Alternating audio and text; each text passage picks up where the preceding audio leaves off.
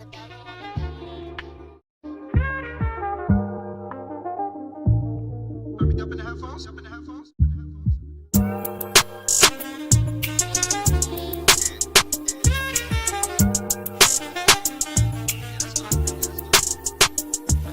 you wake up, what's your regimen when you wake up? Jump out your bed, brush your teeth, then wash your face up.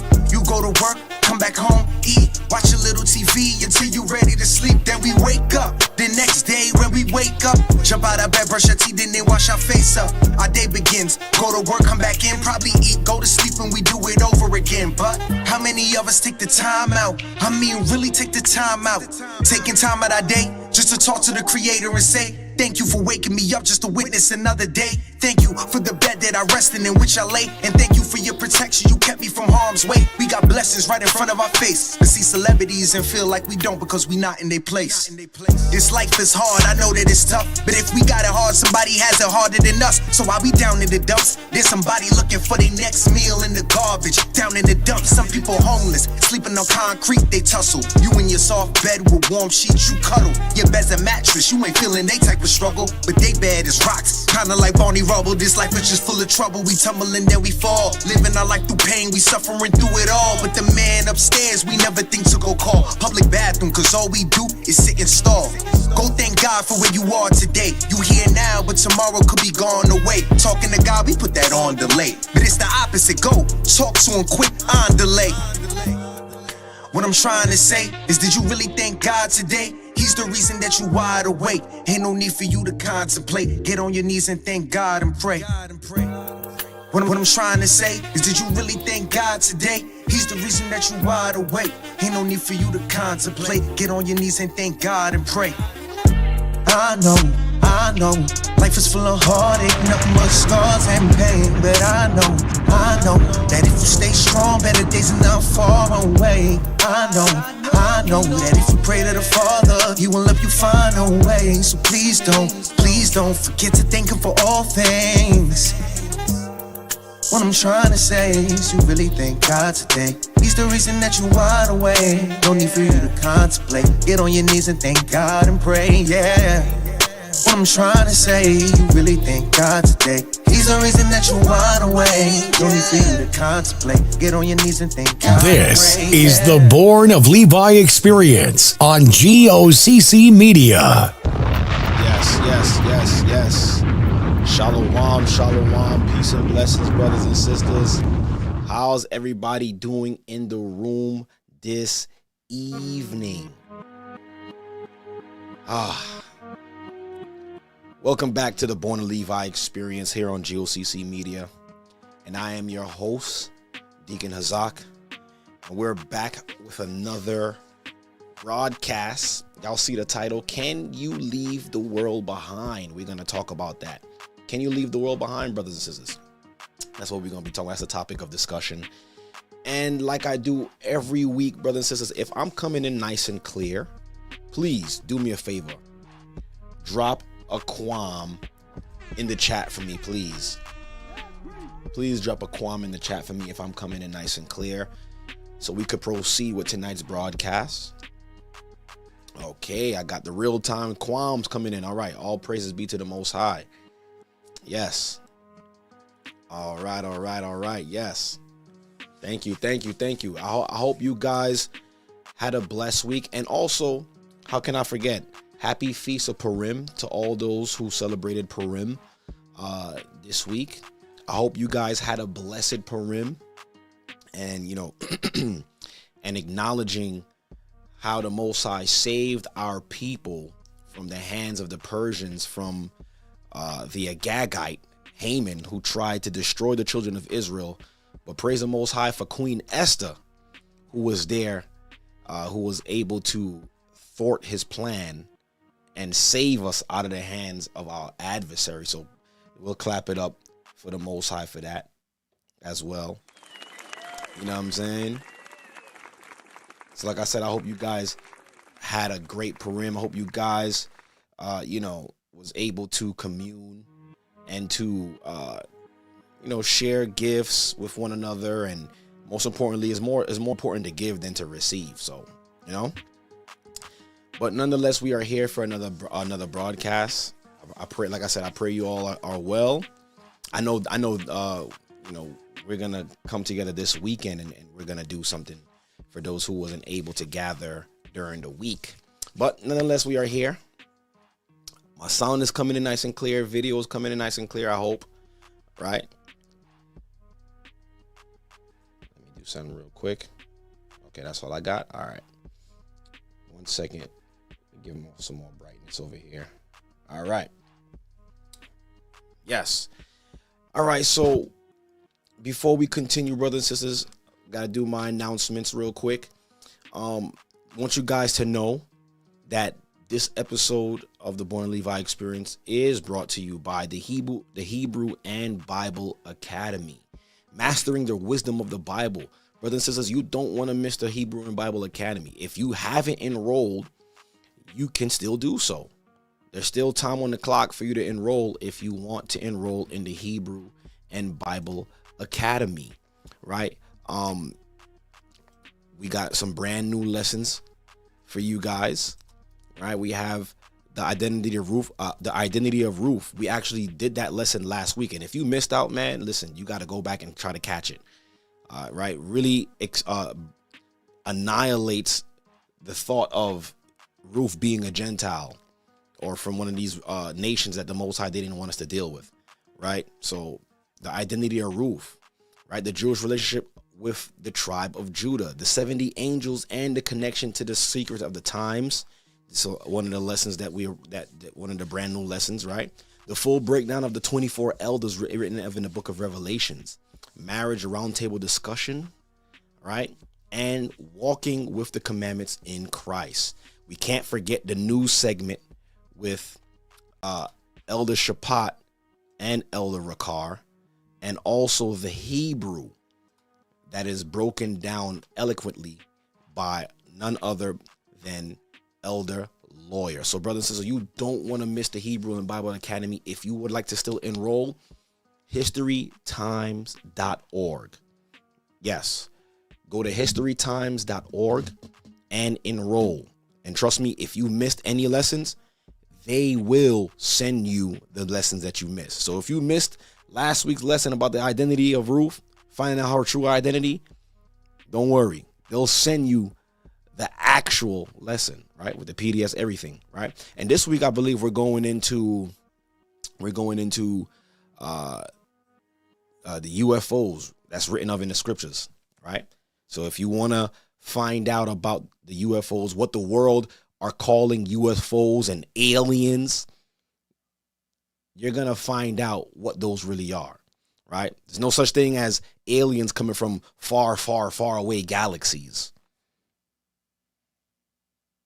You'll find out in the Hebrew and Bible Academy if you join, right? So don't forget, brothers and sisters, historytimes.org, historytimes.org.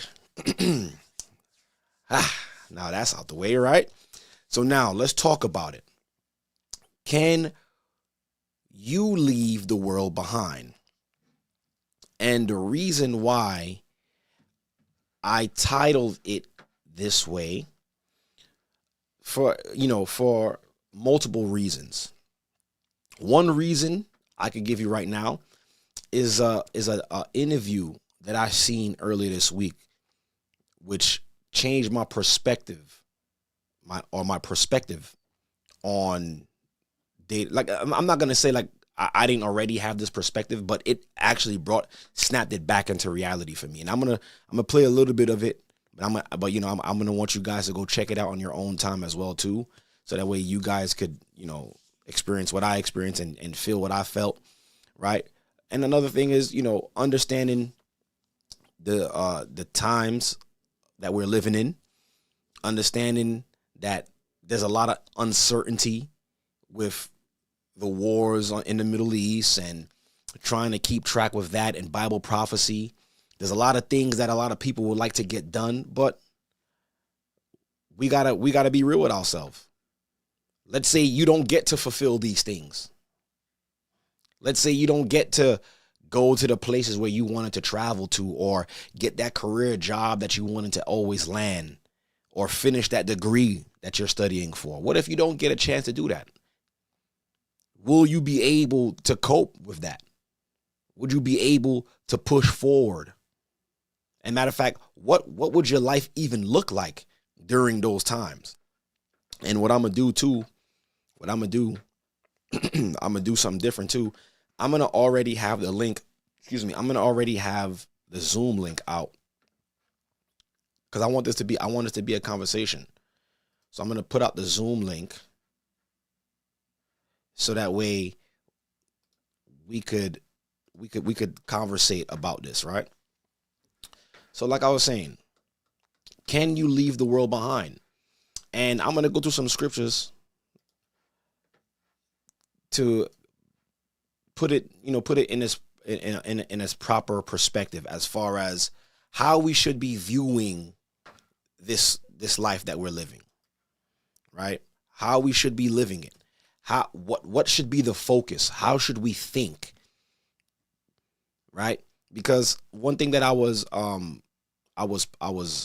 pondering on, especially after I watched that interview that I'm gonna play a little bit later, it had me thinking how evil this world is.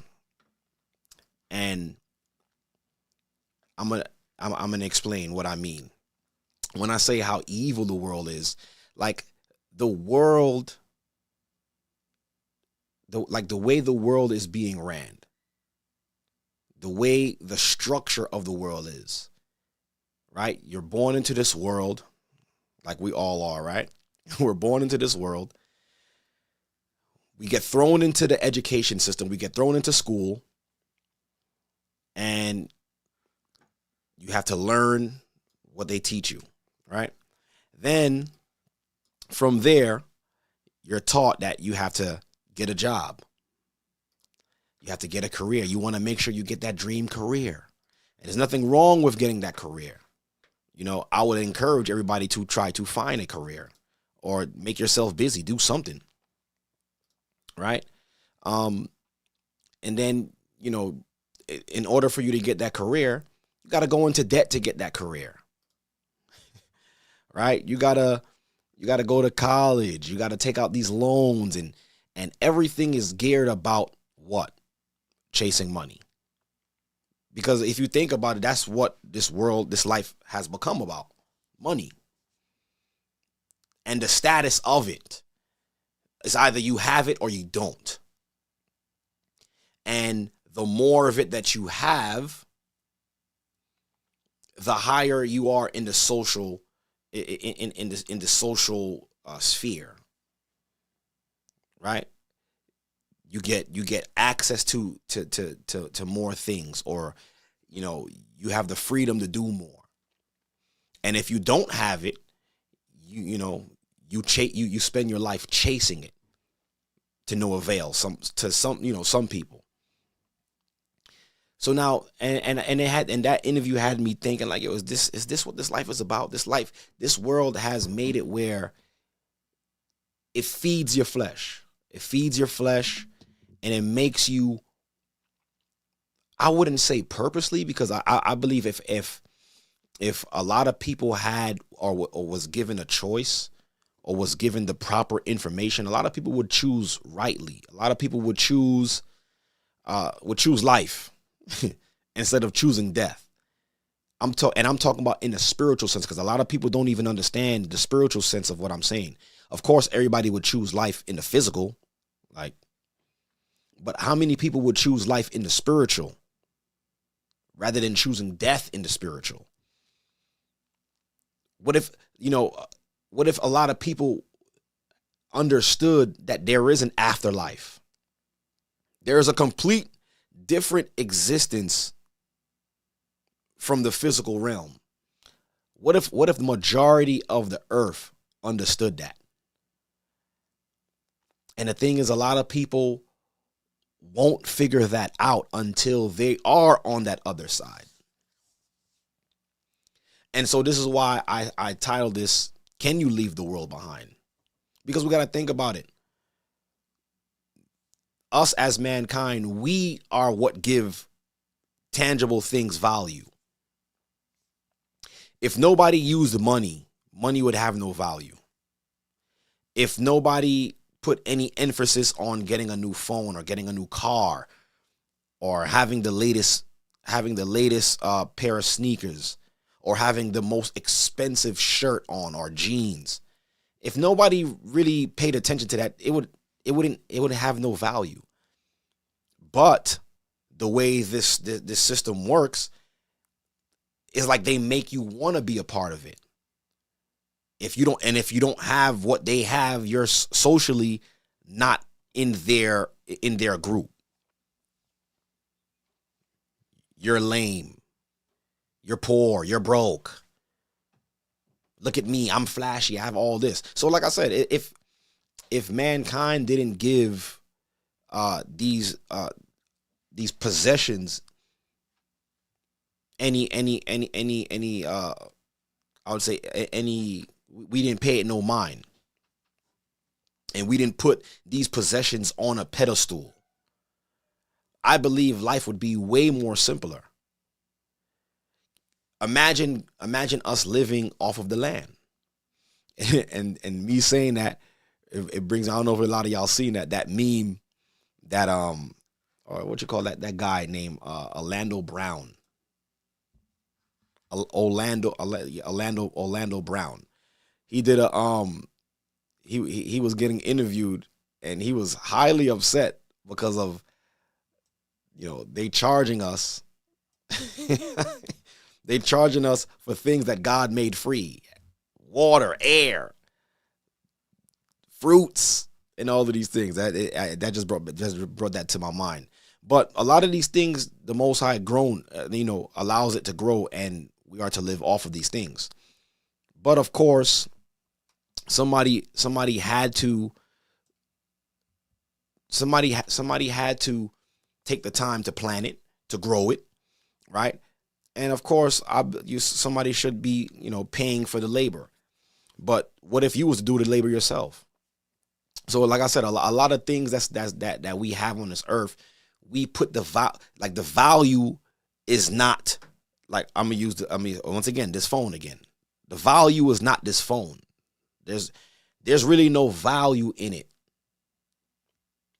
What gives the value? Us, the consumers. And I believe if a lot of people thought that way, people wouldn't.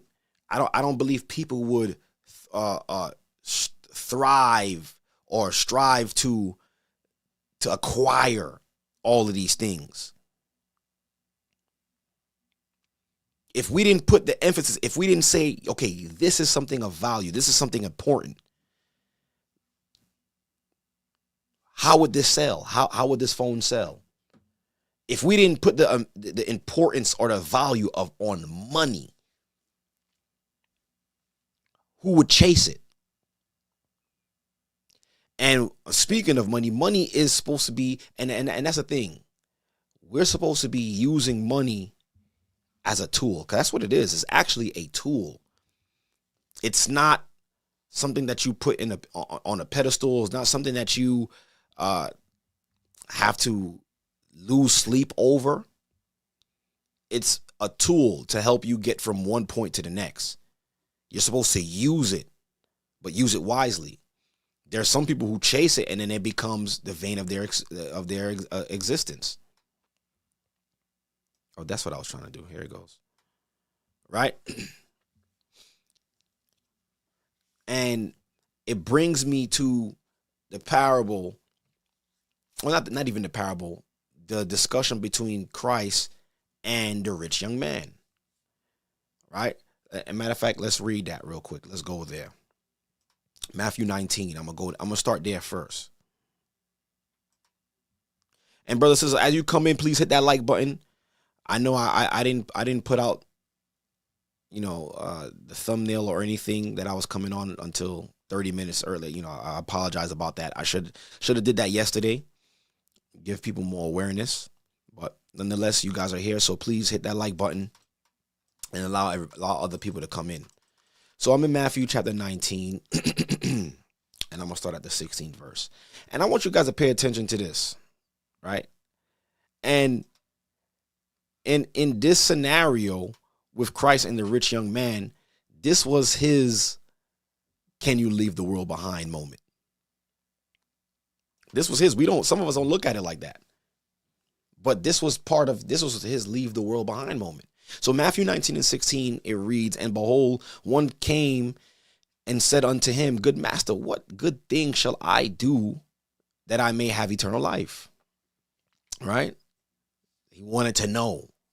He wanted to have eternal life, because who wouldn't want to live forever? So we could see that this young man, this rich young man, he had the understanding of trying to live in the other life, not just this life, right? So Christ goes ahead and responds and says, "And he said unto him, Why callest thou me good? There is none good but one, that is the Most High, or God. But if thou wilt enter into life, keep the commandments." Right? That sounds pretty simple, right? A lot of us is probably saying, yeah, we do that with our eyes closed. He saith unto him, "Which?" Yeshua said, "Thou shalt do no murder, thou shalt not commit adultery, thou shalt not steal, thou shalt not bear false witness. Honor thy father and thy mother, and thou shalt love thy neighbor as thyself." Where is Christ quoting this from? Exodus 20, the 10 Commandments, right? The young man saith unto him, "All these things have I kept from my youth. What lack I yet?" So he said, I've been doing this. Come on, surely you got to tell me something else. Like, it got to be something else that I'm not doing, because I want to enter into life. Verse 21, it says, Yeshua said unto him, "If thou will be perfect," now, all right, you're doing good, but if you want to be perfect, "go and sell that thou hast, and give it to the poor, and thou shalt have treasure in heaven. And come and follow me." So that was the stipulation. He wanted to, and basically what Christ was actually doing was really exposing his heart. Because this is actually showing that your heart can't be attached to the world, in this world, and still have the world to come. You have to choose which one you want. And in this example right here, this is what Christ was exposing in this rich young man. All right, you want to have eternal life in the world to come, but right now you have everything. So leave all that and come and follow me, right? Verse 22, it says, "But when the young man heard that saying," it says, "he went away sorrowful." He was sad. He was heartbroken. He was like, dang, why? "For he had great possessions." So this man was well off. He had great possessions. So he couldn't fathom the thought of just selling everything and following this man who I don't even know for sure if I'm going to be rich in the life after. Then said Yeshua unto his disciples, "Verily I say unto you that a rich man shall hardly enter into the kingdom of heaven." So that moment right there was the moment for that rich young man to decide, all right, can I leave the world behind? And a lot of us, and I'm using this scenario for us in this day and age. And every time I talk about stuff like this, it always brings me back to the year 2020. Brothers and sisters, can y'all believe that was 4 years ago? That was 4 years ago. And in 2024 years ago, right, life stopped for a lot of people. I could say for the world.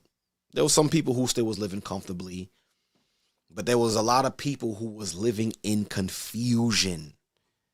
And based upon that confusion, a lot of people made decisions that is affecting them to this very day. A lot of people is living from the results of the decisions that they've made 4 years ago.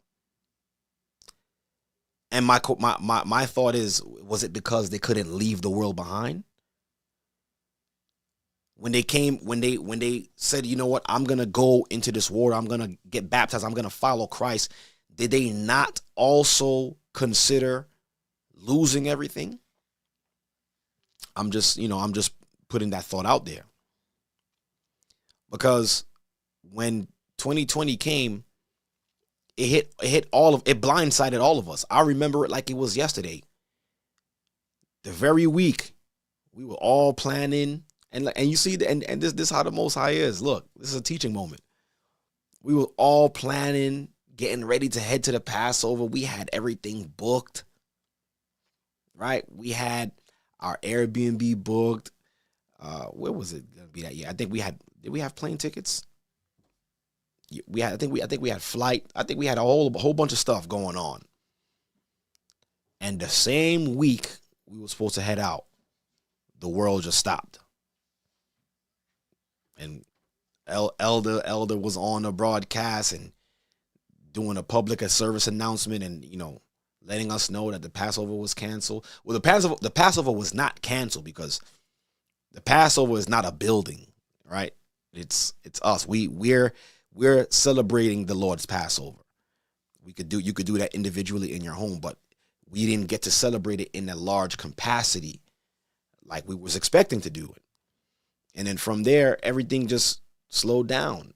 Everything, necessities that we had readily available to us at the local store or grocery store, couldn't get it. You couldn't get your Amazon packages on time. Car manufacturers, there was a slowdown, a shortage on cars. For a long time, you couldn't buy cars. I mean, you could have, but you couldn't get a brand new car if you was looking for a brand new car. Right? And then the prices of those things started skyrocketing after that. Right? And the price of everything is up right now. Inflation. So now, during that time in 2020, you had to make a decision at that point in time, because in order for the world to come back to normalcy, some type of normalcy, they was encouraging everybody to drink some juice. If you know what I mean, you know. Right? And in order for the world to come back into normalcy, we need enough people to drink the juice. And if you don't drink the juice, then I'm sorry, this may be a couple of more months. First, they were telling us, it's just going to be for 2 weeks. That 2 weeks turned into like 2 years almost. To where life changed, and life will never go back to that, to prior to 2020. And life haven't been the same since. So now, let me start this real quick. So now, I'm saying it like this, okay? Because there's a lot. I know for me as well, there was times growing up, right? I would say things like, I don't want the world to end right now. And some of y'all could probably attest to this too. Y'all probably did this yourselves, right? I used to say things like, please God, don't let the world end right now, please. I didn't even get married yet. I didn't even have children yet. Come on, man, the world can't end right now. How many of us used to say stuff like that? It's like we wanted the Most High to stop time so that way we could get the things done that we wanted to get done.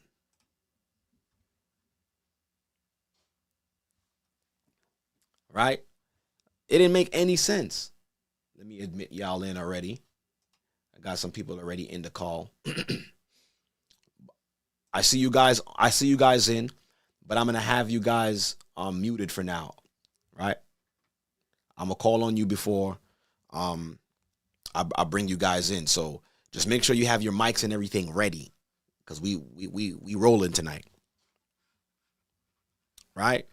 So as you guys come in, I'll let you guys come in. and I'll click on you guys one by one, right? So yeah.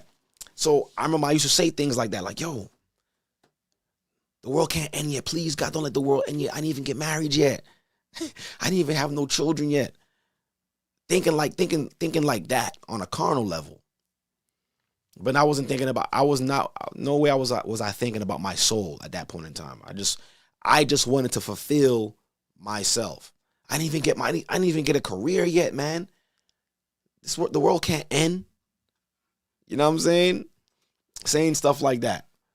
So now, for those of you guys who are younger, or who's probably watching this, who's not married yet, who don't have children yet, have you sat down and said to yourself, it might be a possibility that you may not get married?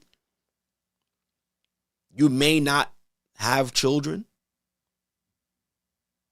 Y'all have to really think about that. That's part of leaving this world behind. A lot of you guys who's probably studying right now for your degree and you're in your last semester, you may not get that job. Did you think about that? And the reason why I want you guys to think about that is because a lot of people become unbelievers and claim that this is not the truth because they're not satisfied. Their lives is not panning out how they thought their lives were supposed to pan out. So they become unfruitful. So I want you guys to keep that in mind too. To understand that the way the world is working right now, you may not be able to fulfill a lot of the desires and a lot of the dreams and aspirations that you had set out for yourself. You have to be real with yourself. There's a lot of things that I would like to do on a personal level, but there is a possibility that I may not be able to do that because of the way the world is.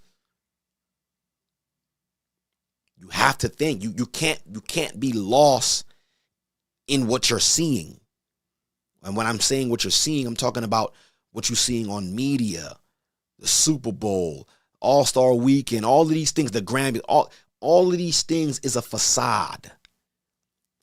These things were created to keep you from really searching for what's really important. Because while they're giving you entertainment, they're preparing for the one to come to fight against him.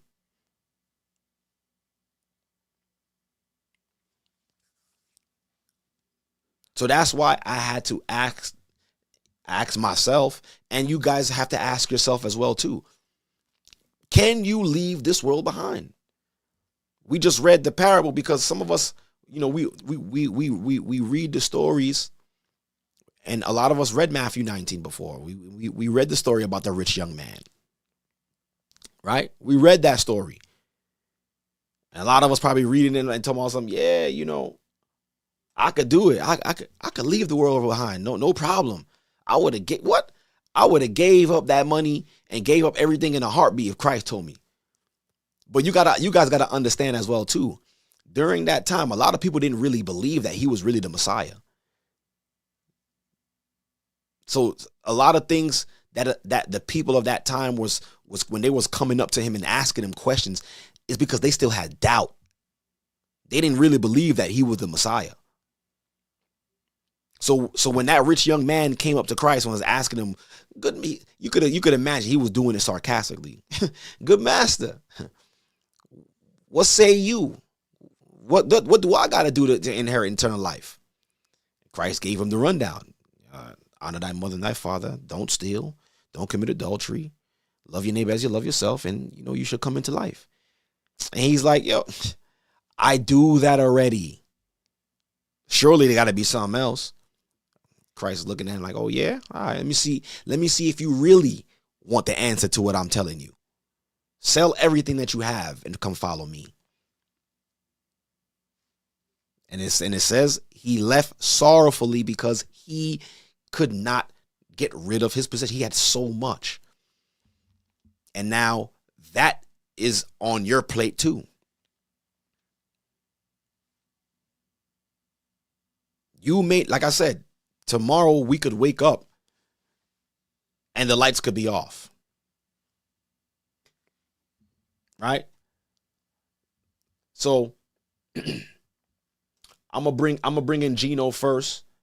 Gino, you can unmute yourself. I'm going to Gino. You can unmute. All right, Shalom. What's going on, Gino? Hey, Shalom. Shalom, my brother. All right. Where you calling from? Can you hear me? Definitely. Oh, you got to mute me in the All background. right. Let me turn you down in the background, my bro. All right.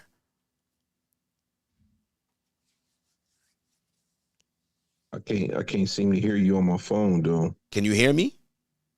Wait, oh, I'm sorry, because I'm muted. I'm sorry. Hold on. Let me fix that for you. You're gonna be able to hear me right now. Let me fix that. I forgot to unmute myself on Zoom. All right. What about now?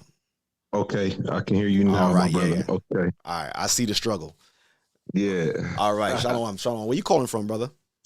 I'm calling from I'm with the Cleveland body. Okay. All praise to the Most High. So yeah. So let me ask this: can you see yourself leaving the world behind?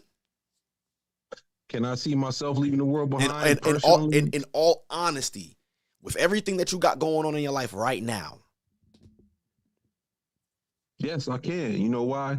Because after joining the church, for the years that I've been in the church, I've learned how to get prepared to leave this behind. You understand what I'm saying? And I've learned how to prepare my wife, prepare my my family, and my friends and the people that surround me to be able to prepare and get ready to leave this behind. So yeah, Gino, let me ask you. Not to cut you off. I'm sorry about that.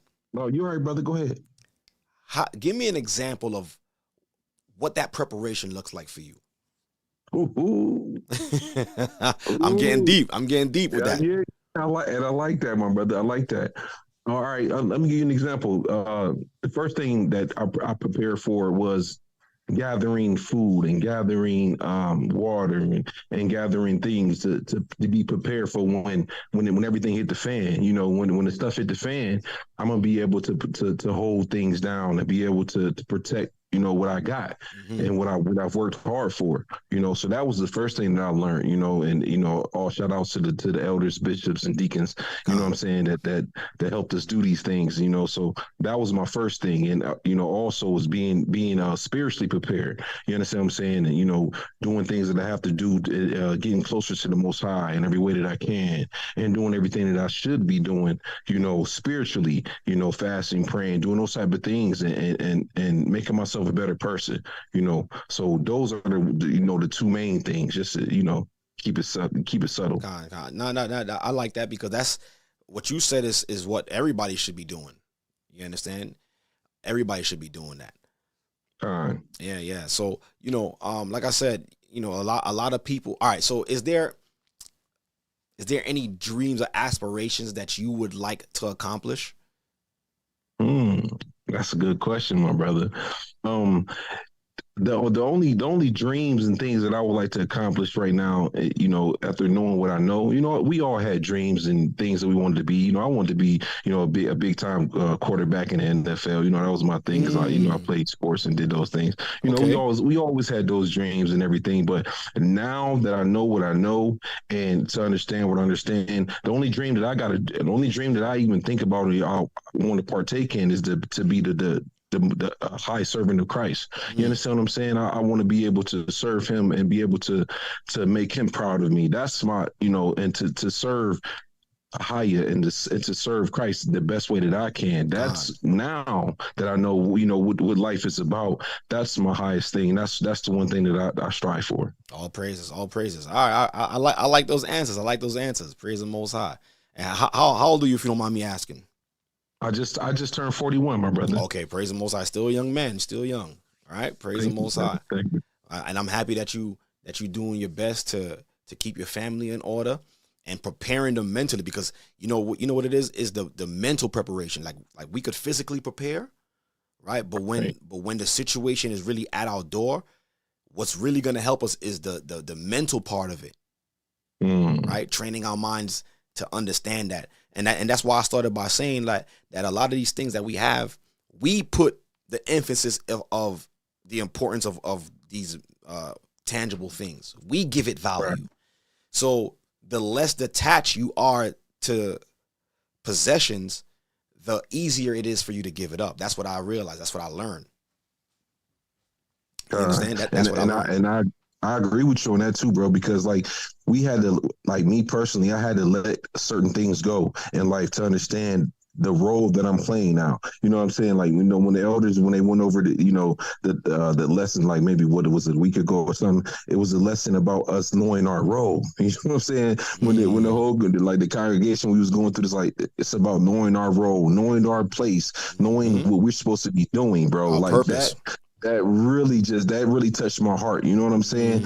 That was one of the most profound lessons that I've had since I've been in the church, and it's been years since I've been here. You know what I'm saying? So it really touched me, and it made me feel to the point to where, like, I know that I got a purpose now, and I know my role now, what I got to do as a man, and to be able to step forward and bring that talent for the Most High and His Son. You dig what I'm saying? So it's just special, bro. You know? Yeah, it really is. It really is, man. I appreciate you calling in, man. Thank you for what you saying, man, and your words of wisdom as well, too, man. Appreciate it.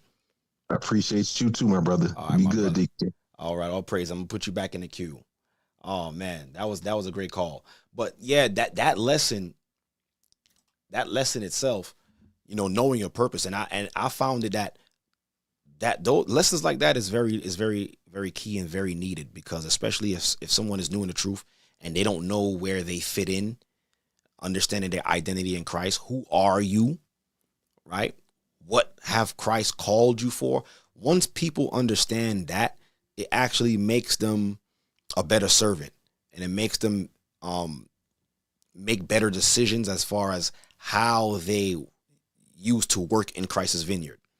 Right? If this just sounds good to you and you don't really want to have a function, you just want to come just to listen to the word, I don't want to say 9 out of 10 times, but, you know, majority of the times, you know, you find those kind of people not productive, not fruitful, because they just coming to hear a word, and they're not putting themselves as if with the urgency, like, okay, I gotta work in this vineyard. I gotta find myself in this. So knowing your purpose I believe is another tool that we could use to leave this world behind.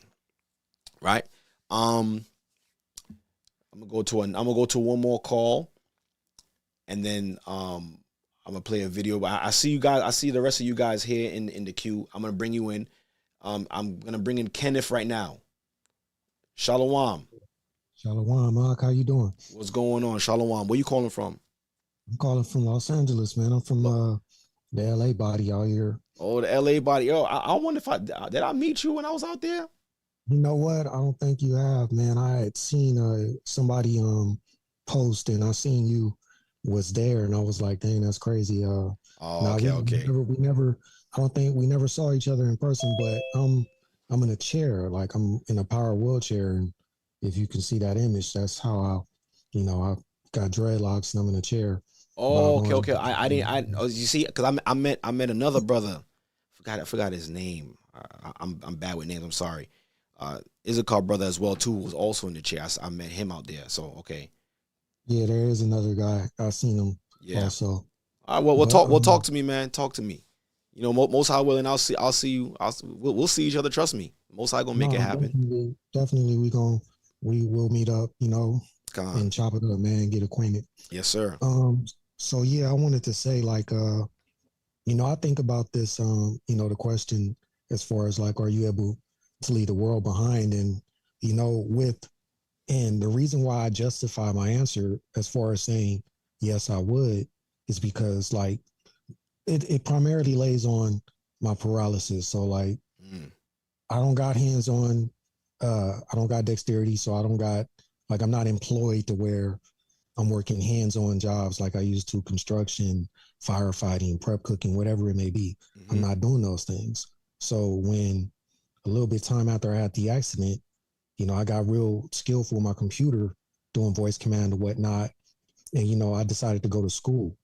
So I went to school, and so far, all praises, I got three degrees, I got 2 AAs and a BA.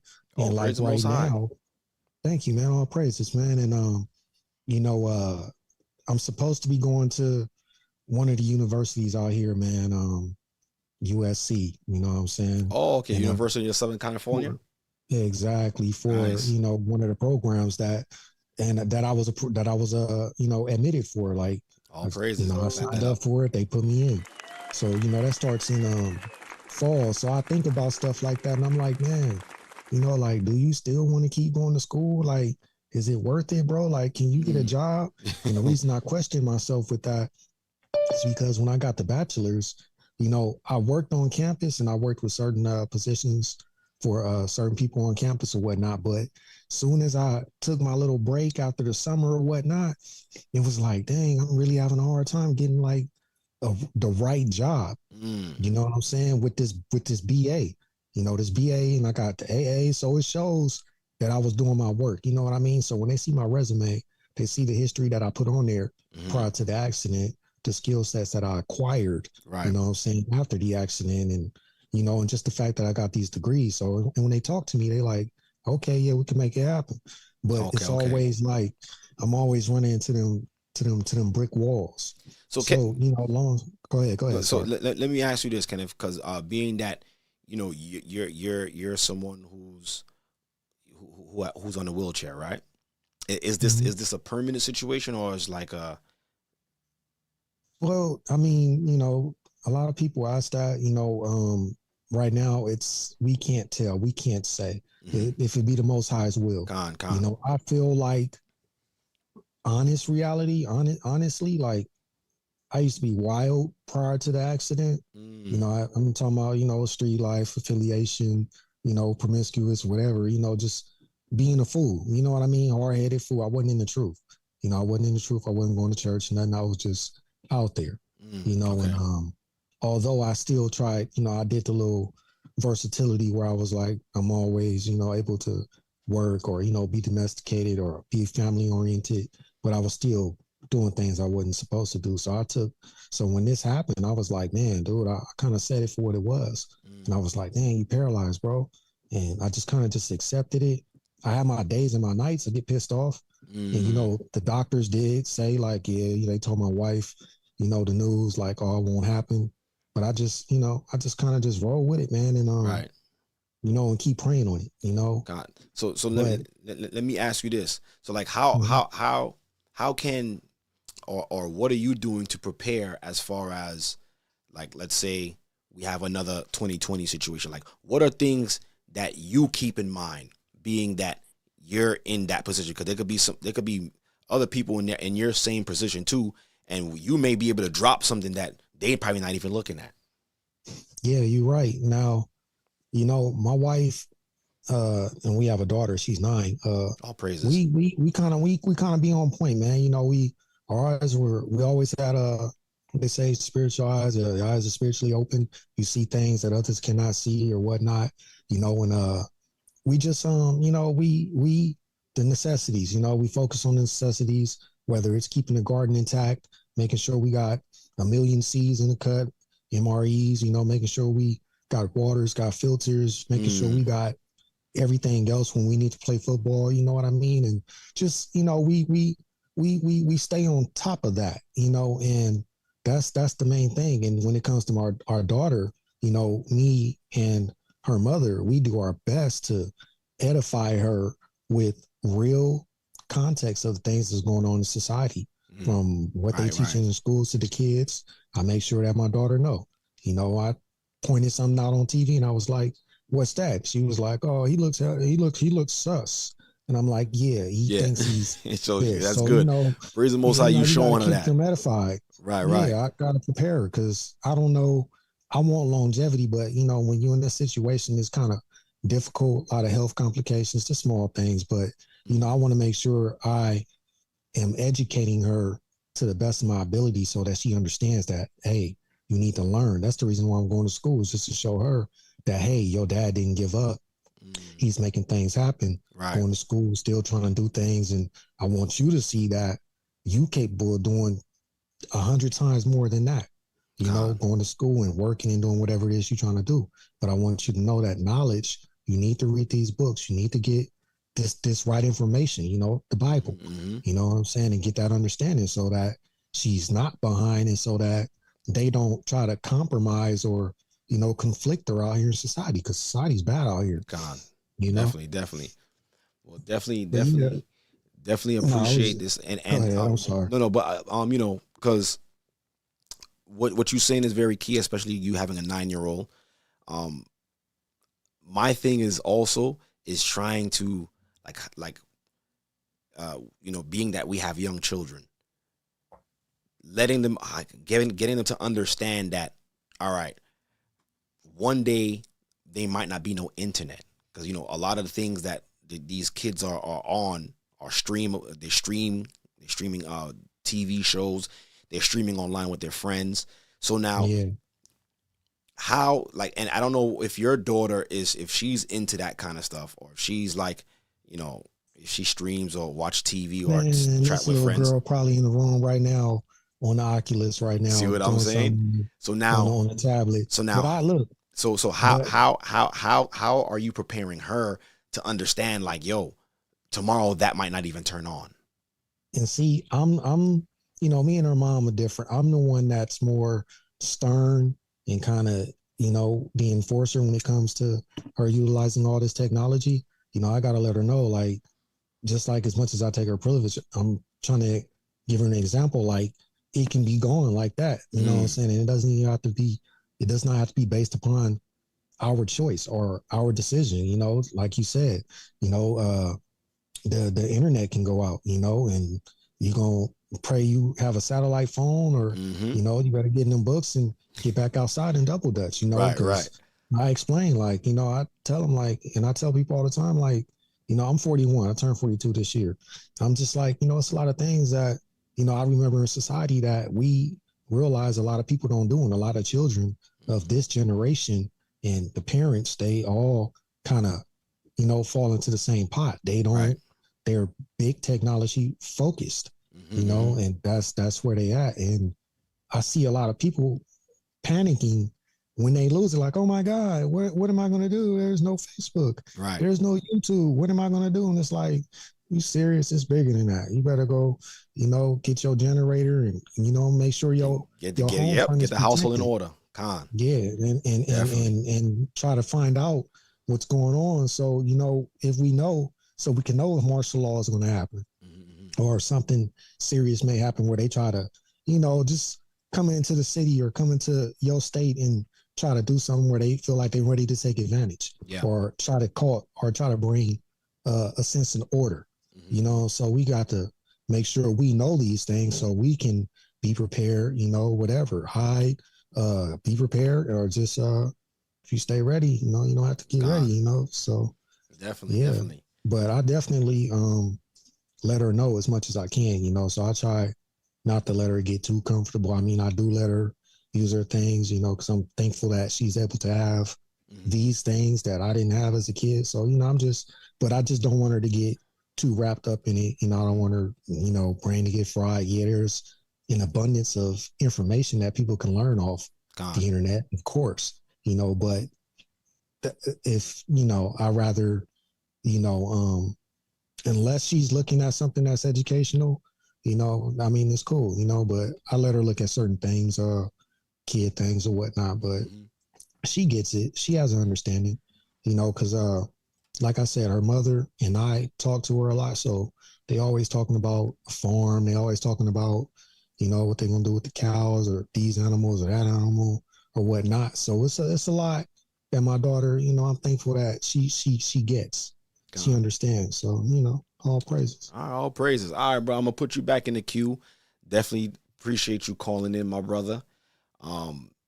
Great call. Definitely a great call, because he gave another perspective, so praise the Most High. All right, so I got y'all. I got the rest of my brothers. I see some brothers in the queue right now. Let me play a quick video real quick, just to put things into perspective, right? Now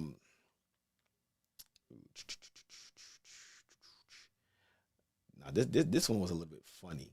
I'm gonna play this one first, just to lighten up the mood, right?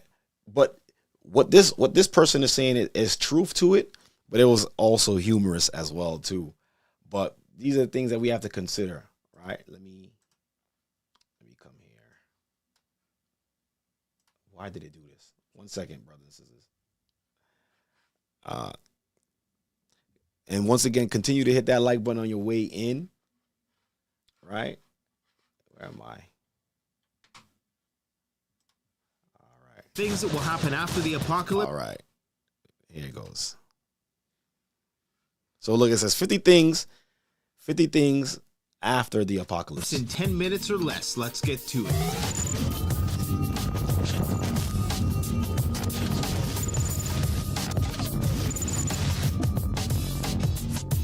Without jump cuts, post-production, and memery, most no-talent, introverted YouTubers like myself will be out of a job. Fortunately, there'll be no more auto-tune to make no-talent pop stars sound good, so Drake better learn how to play the guitar. With no $800 billion a year cosmetic industry at their disposal, billions of people will instantly look older and uglier. And once again, thousands of YouTubers who've made a living dressing up as circus clowns to sell cosmetics to wannabe Instagram thoughts will have to find another side hustle. And you know what's crazy? Even though there's some humor in this, it's actually true. Because if you made a YouTube page of just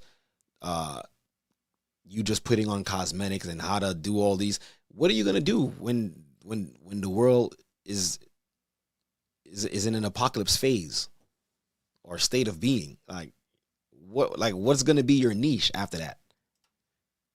The dogs lucky enough to evade starving humans will form packs and hunt said humans in the cities. This actually happened in Detroit. No lie. The Apocalypse Diet program will be the most successful weight loss program to date, and it will cost you nothing. Anyone lucky enough to survive the initial disaster will likely get in really good physical shape because that's the only way they're going to be able to survive. You ever see those videos of people in the 1970s, like on the Soul Train TV show? Well, that was the only way you had a hope in hell of surviving New York City at the time. That's what people looked like for thousands of years before the high fructose corn syrup revolution.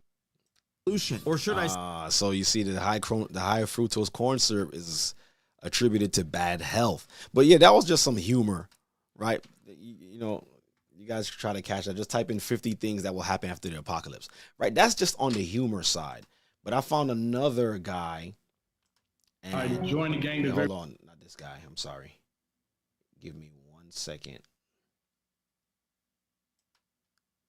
Where is the tab?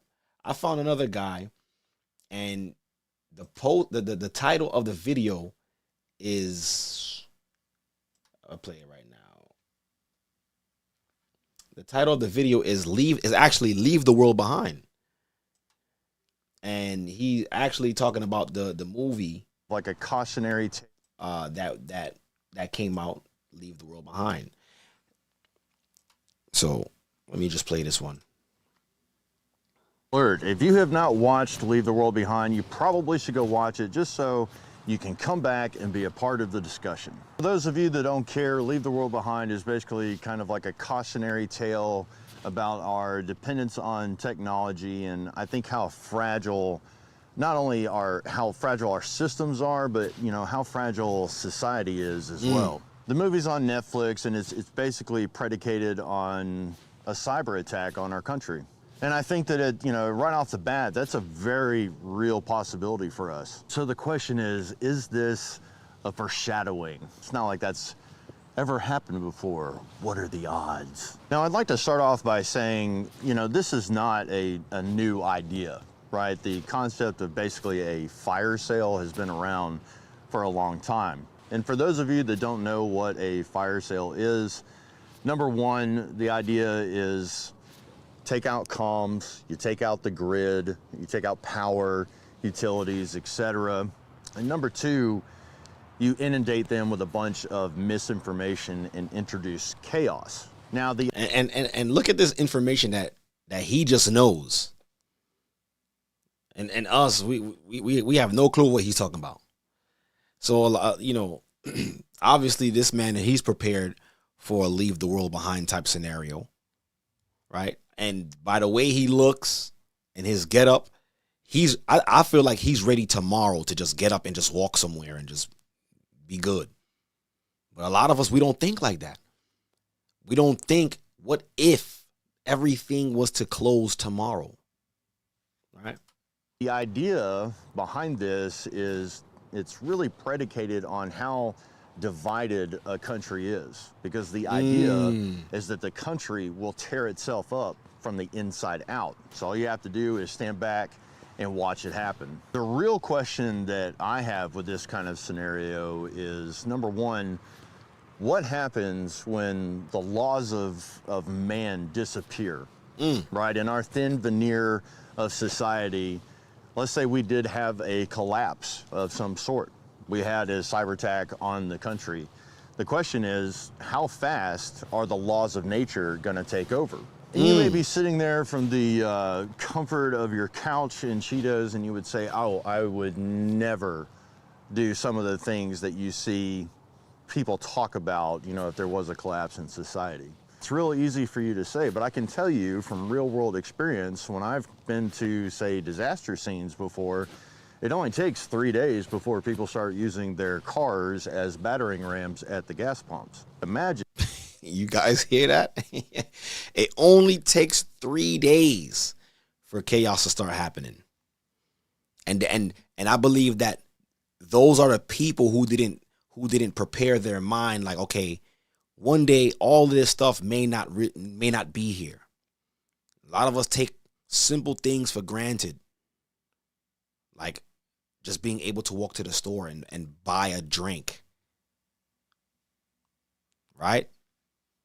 I'll just play a little bit more of this. If it was an attack on the entire country, what's going to happen within, say, a period of 2 weeks? And basically, this brings up a bunch of scenarios that people are just really uncomfortable talking about. You know, the will you sacrifice one child to save 100 strangers type stuff. What I can tell you from real life experience is that people handle stress differently. One thing I can tell you for sure is that people are always in some kind of stage of grief. You know, they may be lashing out at people, they may be bargaining. A lot of people are in denial. You know, just people handle stress differently and they soothe themselves differently.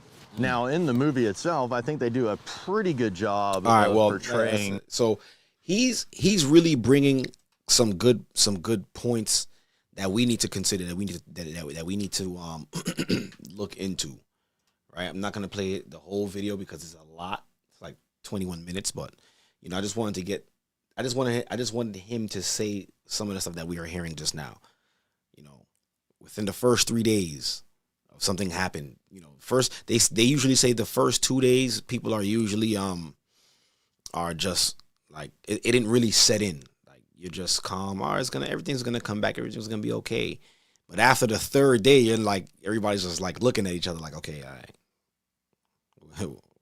what's for dinner, right? I'm gonna bring in the next call right now. I got Chris Orr. Shalom, D. Hey, Shalom, what's going on, bro? Kayum, right?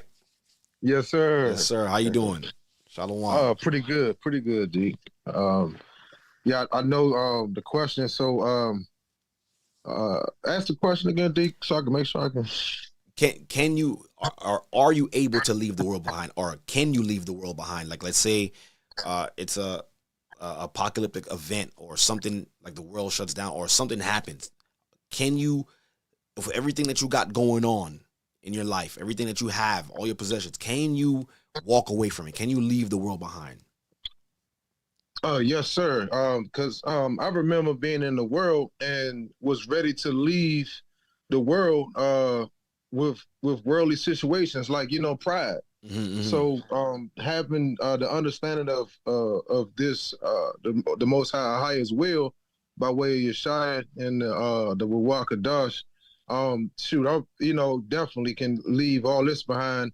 Because I know it's like going throughout the week, Deke, you know what I mean? You it's like you deal with so much leading up to the Sabbath, and that's supposed to be our rest. But you know, it's the world's still going, so we're gonna have we deal with stuff even you know what I mean on the Sabbath day. So you know, it's almost like all the stuff that's going on. We definitely definitely can leave this behind because it's tiring. It like the scriptures say, it's going to wear out the saint. It's wearing us out, but All right, we find energy. Kayam, let me ask you this. Yeah. Let me ask you this question Yes, real quick. Like, let's say, as of right now, like right now, while we're talking, right? Mhm. All your lights in your house just turns off, and the next morning, it's just complete chaos, and there's a crazy fire on your block. Some. What would you do at that moment? If chaos happened, what would I do at that moment? This moment, I would first thing I would do is reach out to leadership because I have Elder Hannah's number, and I would reach out. I would text all my brothers that I have in my phone. No, like I said, let's say nothing is working. All the lights are out. Nothing work. Got you. Now it's between the dog, your TV, all these. What are you doing? I'm suiting and booting. I'm getting ready. You suiting and booting. I'm putting everything in my Bible. My Bible as my sword. You know what I mean? And you said your Bible as a sword. Yes, yes. Hint, hint. Mm-hmm. Yep. This suit and booting, and if the car work, I'm definitely hopefully it'd be we have the point where we can have a meeting. As time go by, I know things gonna be in place where it'd be a meeting point. You know what I mean? Because that's why we gotta get on one accord as far as everybody. Get on one accord with each other and be like these little childrens and come together. Because like you said, it can happen at any moment. Any moment. So we have to get together so it could be like, okay, well, if this happened, and stop sugarcoating stuff. It's like sometimes people want to sugarcoat like, oh well, we don't want to scare nobody. No, we in it right now. We have to stop sugarcoating and say like, you know what, let's get prepared. Forget trying to saying it's scare tactics. No, it's not about scare tactics. It's about getting ready. Because at the end of the day, like you said, it can happen at any moment. So all the time when people say, oh, well, we don't want to scare the body. No, we have to get prepared. Because the thing is, like the guy was saying, you never know when you're in it. So it's best to prepare the people mentally, even if you have to test and tell them things and show them things. And Deke, I say one thing about a time when I said to the Most High, please don't let the world end. Yeah. Okay, real quick. So it was 2 times. One was 1999 when 2000 when they were saying like everything was going to shut down. Yeah, Y2K. Exactly. So I was like, Father, please, but then I went to sleep. I didn't even look. I didn't even stay up to watch the bell. I just before I knew who I was too. I didn't stay up to watch the bell drop or nothing. The second one was when the earthquake. I know you remember because it went all the way up to New York. I was in DC. I remember. Yes. And that was the second time. And then not knowing the scripture, guess what I said, Deke? I said, Father, you know my heart. So and then you get to the truth, and then you realize and say, yes, the heart is very deceitful. I was like, oh Lord, I said that, Father. Well, you see, but that was just the flesh talking. That was the flesh talking. Yeah, man. Right, and now I know better, Deke. So that's the thing. We have to get prepared and get on one accord. I love what Cincinnati did and Detroit did. They had the Kings meeting.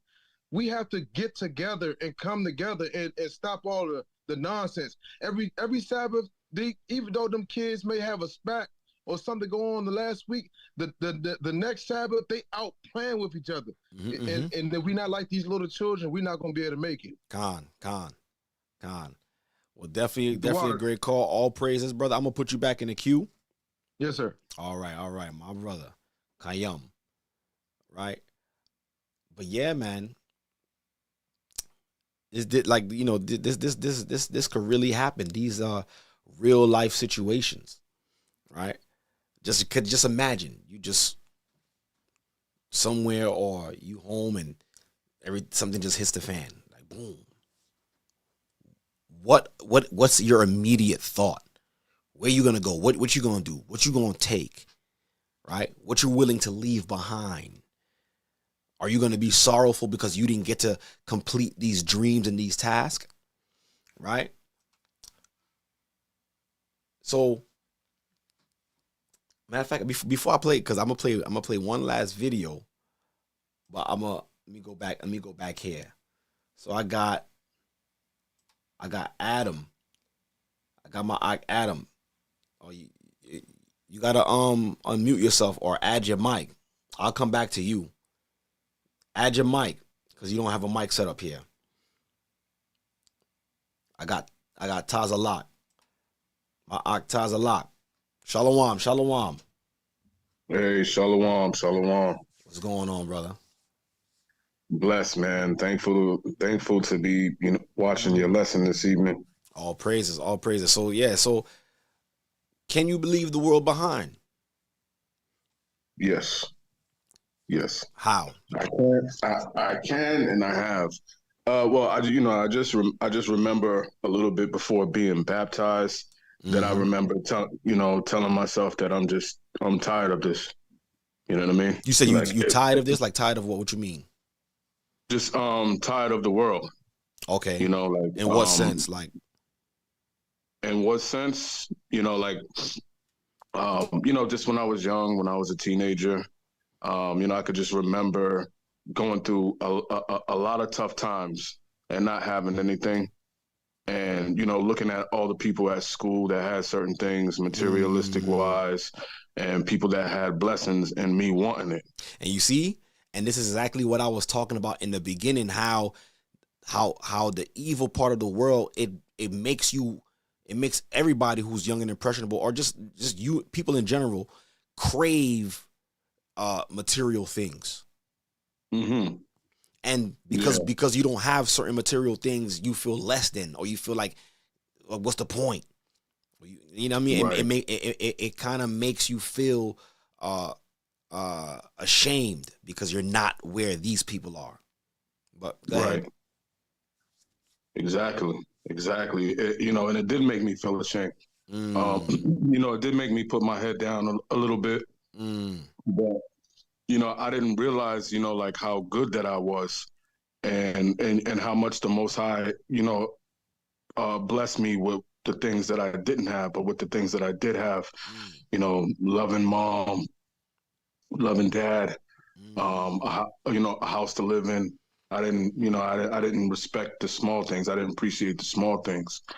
So I know sometimes, we see some of those movies, right, where there's a child, he's coming up in a household, and then all of a sudden he starts getting this fast money, and the parents are like, where did you get this from? Wait, Tazalak, hold on real quick. All right, so I see a person in the chat, John Spark. The Zoom link is in the chat. Call in and give your point. Call in. But go ahead, Tazalak. Okay, you all good? Yeah. Okay. Yeah. So like the point that I was making, I got 3 quick scriptures too, if it's cool to go over it. But the point that I was trying to make is that sometimes we see those movies where there's a child, all out of nowhere, he starts getting a whole bunch of different, getting money, getting cars, getting different things. And then the parents is like, where'd you get this from? I know you didn't get this working because, and then, next thing you know, they're telling them to go. Mm-hmm. That's pretty much my story. Yeah. I mean? From that was from when you was younger, as far as, you deciding, all right, I could leave the world behind. But you were saying that because of a materialistic point of view. Because it's easy. It's easy. No, hold on. Because it's easy to say, it's easy to say, all right, you know what? I could leave this world behind because you don't have anything. But but as your life is right now, right? Looking at your life right now, can you leave this life behind and push forward with whatever you have obtained, whatever you got going on right now?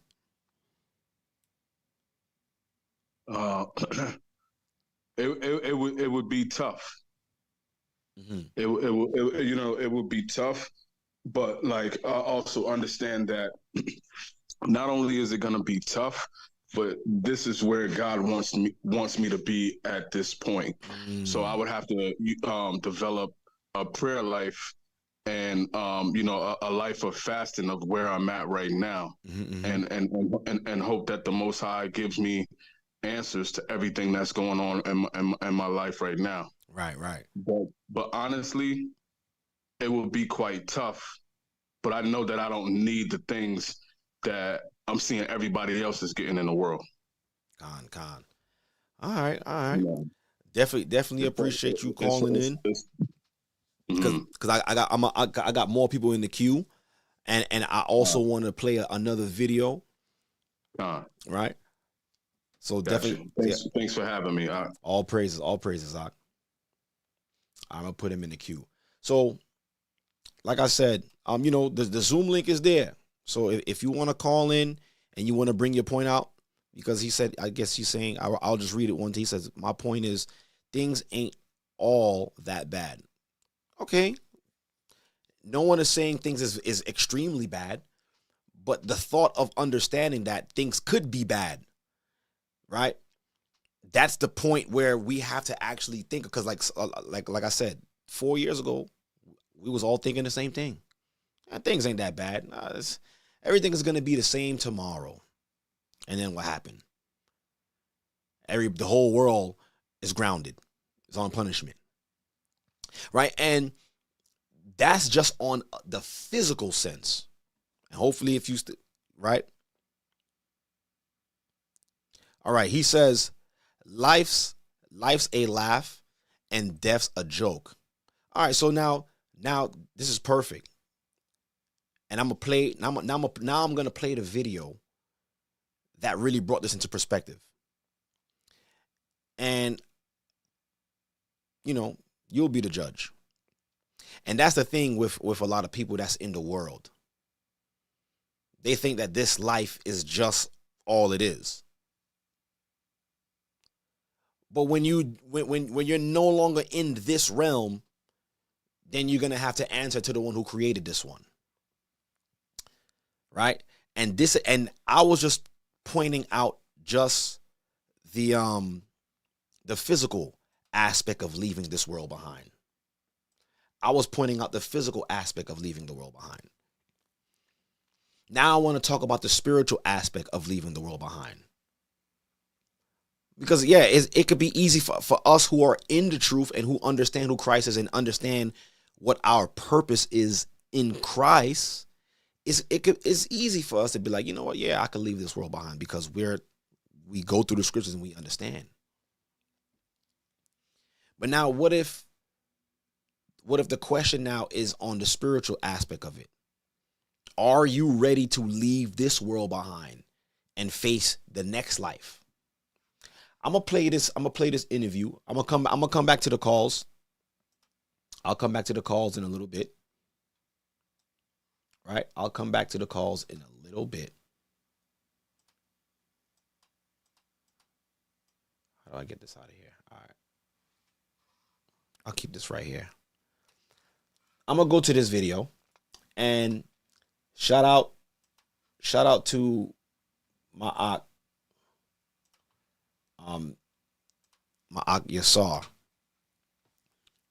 He sent me this video early this week and I watched it and I was like, yo, this just brought me back, or it put that fire back in me, like, to try to live a certain way and to try to keep this in the forefront of my mind.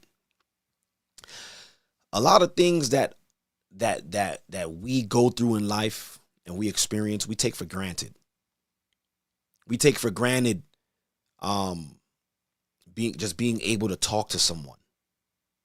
We take for granted being able to get up out of a bed and walk and to just open up the fridge and get a cold drink. We take for granted right? Every day, not speaking to the Most High or not keeping him in the center of our lives. We take that for granted. And this world has been set up for us to chase the world and not chase after the Father. And now a lot of us is left with the dilemma.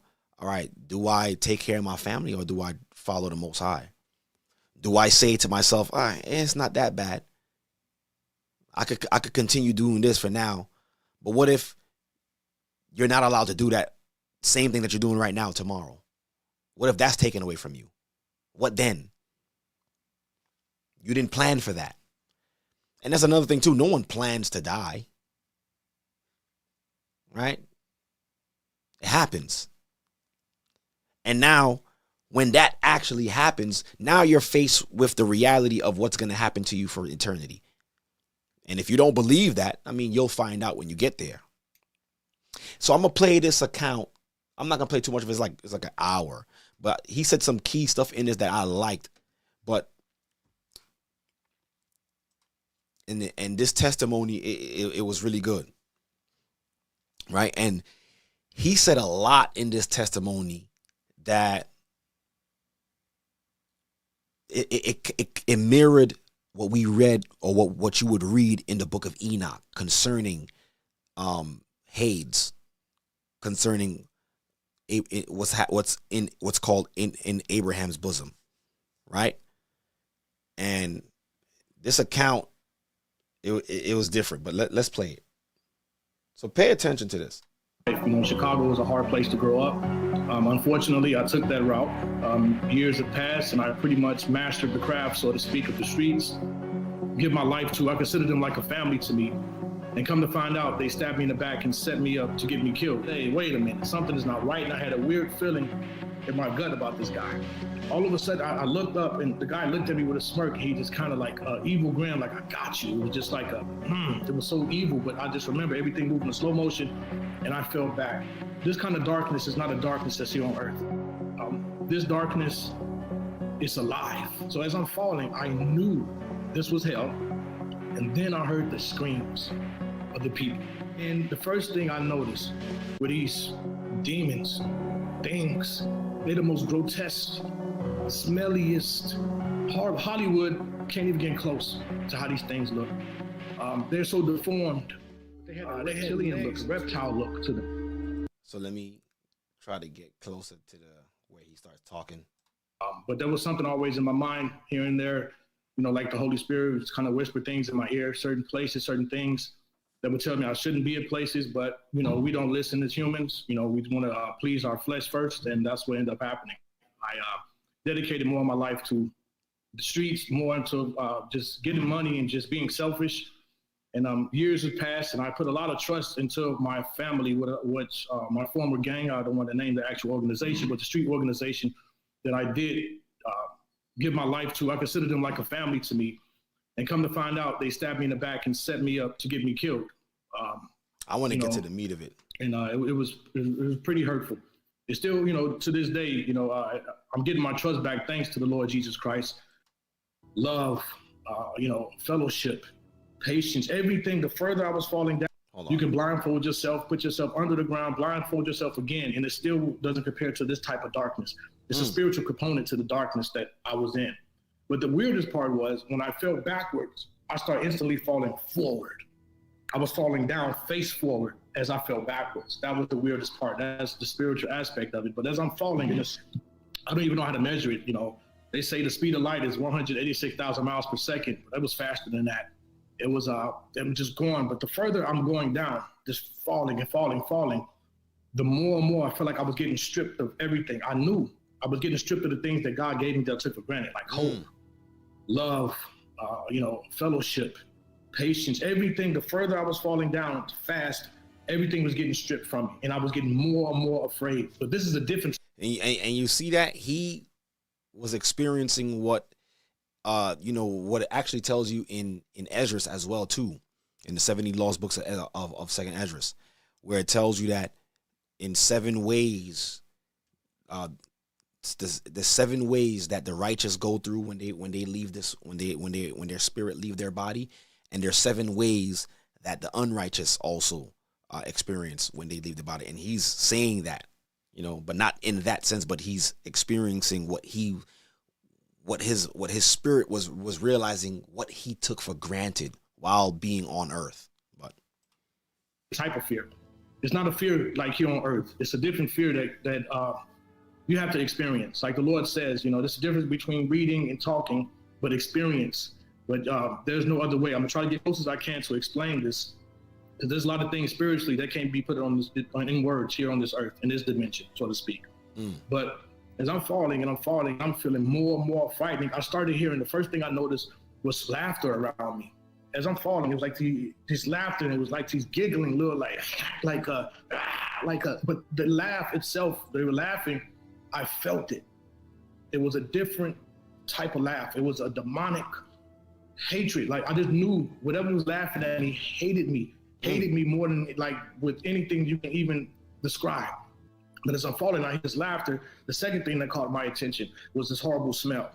See, people don't realize when you leave the physical body, you still have your 5 senses. You still have them, but the thing is they're upgraded, they're modified. They're very more modified. I mean, times a million. Your sight, your hearing, your vision, your touch, everything is, you still have those things.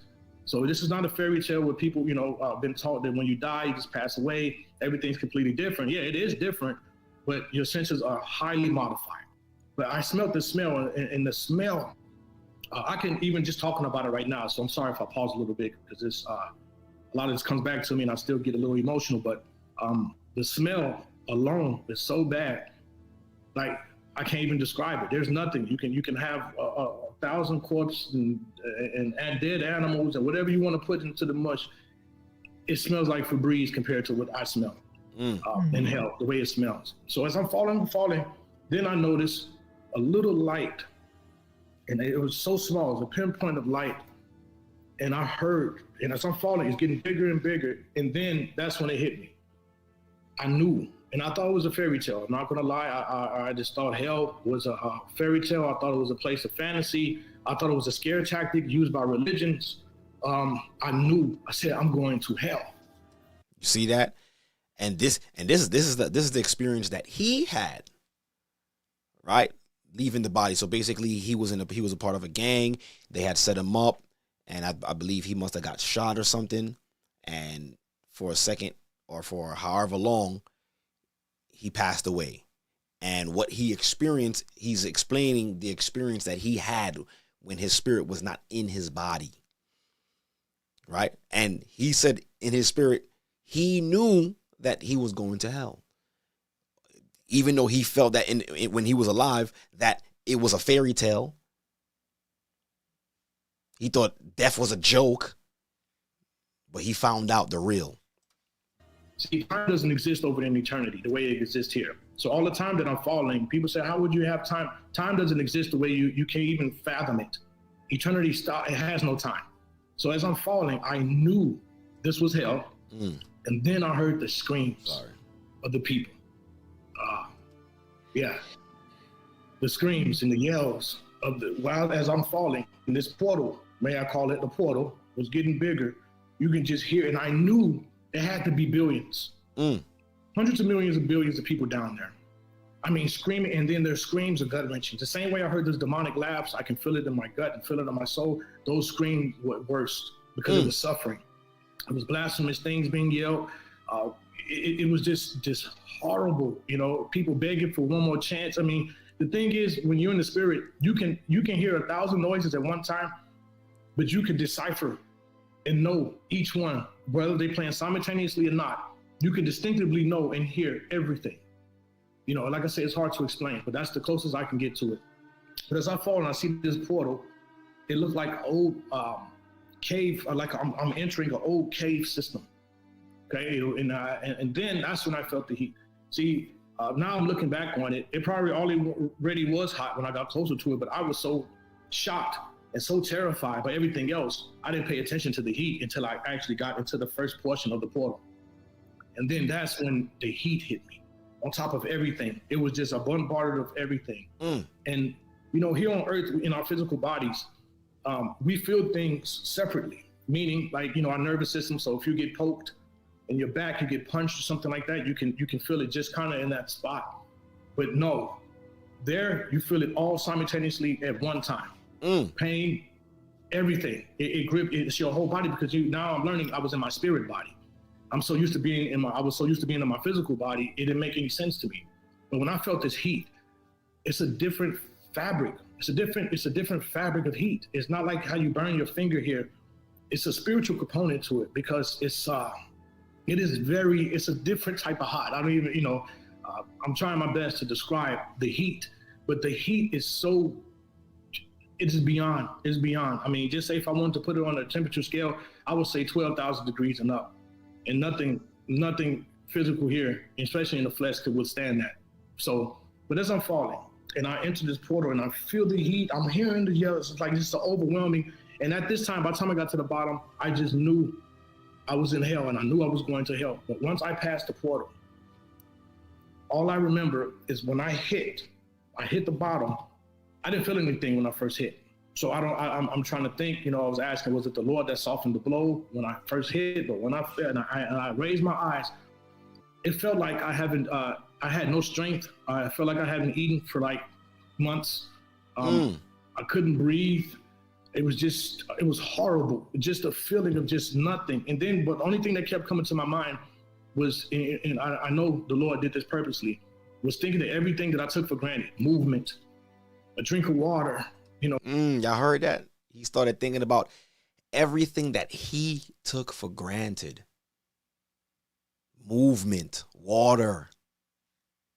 Just to have the ability to move my arms just freely, the ability to breathe, all the things that we take for granted, it was going through my mind. I knew it came from God. And you see, he had to eventually acknowledge that we don't have power. We don't have no power to do anything. It's the Most High.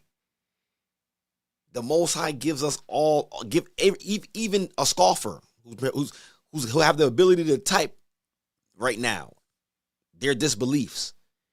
The Most High is allowing you to do that. And that's what we don't think about. We don't think that is the Most High that's allowing us to do the things that we're doing. To move, to think, to see. I just and I knew I took it for granted. And there, first thing is I look over. See, it was dark, but I'm trying to, wonder if the Lord was making me be able to see. But the flames itself were emitting so high from these pews, like these vents from the rocks. And that's another thing too I want to add. I don't want to move too fast, but one thing I do want to add. For some reason, I knew I was still here on Earth. I still knew I wasn't in outer space somewhere. I wasn't. You heard that? He said he still knew that he was on Earth. He wasn't in outer space somewhere. You see that? It's just like how the book of Enoch teaches it. That it's inside of the earth where hell is. There's a place of rest and there's a place of torments. So he actually ended up in the place of torments, which is in the earth. And it's not a physical place. It's in a different dimension, a different realm, spiritual realm that the human eye can't see. Under space, I was in a different dimension, but I was still on earth. I knew that. I knew it's here on earth. So the Lord is right. Hell is a place on earth. The scriptures are right. It is here on earth. It's just a different dimension. So as I'm looking around and I'm just already, but I see when the flames, they come up. And then you can see the illumination from the flames. You can see. And the first thing I noticed were these demons, things. They're the most grotesque, smelliest. Hollywood can't even get close to how these things look. They're so deformed. They had legs and twisted arms, but they had a reptilian look, a reptile look to them. And their eyes were glowing yellow. Some of them eyes were red. Some of them were like 13 feet tall. Some of them were this big. They're everywhere, and it's just bugs, there's spiders. Souls of the giants. He said some of them were like 13 feet tall. When the Most High cast out 90% of the demons that were on earth and only left 10, where do you think they at? They're there. just everything. But what really caught my attention was these pits everywhere. And this one demon glanced at me and he started laughing. But down in the pits were just people. And you see, and he's also confirming what we read about in Enoch, how there's different pits or different holes or different holding cells for people. And he's saying in them things was like billions of people. Okay. Yeah, I mean, just people. But then I thought it was just one pit. As you really look around and the flames illuminate all of the space around, there's, I would say, hundreds of thousands of pits. And then within each pit are thousands of people. Okay. And then around the pits, you have nothing but these grotesque demon reptilian or reptile-like things, making sure they don't crawl out. It was horrible. You have people who look like bone. I would say they look like bones. Some of them were bones with actually flesh hanging off, which is incomprehensible to some people to even imagine how, but the things that I saw and the tortures that I saw is that you regenerate. So just say if your arm falls off, it'll grow right back so you can get tortured again. It's a place of pure torture, like torture. Hell is it's no relief. There's nothing. But as I'm looking at this one demon, he was about 8 feet tall. He looked at me and laughed. And then all I remember was these thousands of maggots, worms, and they're like thick. They're thick. They're thick as soda cans. Okay, they're not like regular maggots here in this dimension. They are thick and they're big, and they started to chew at my feet.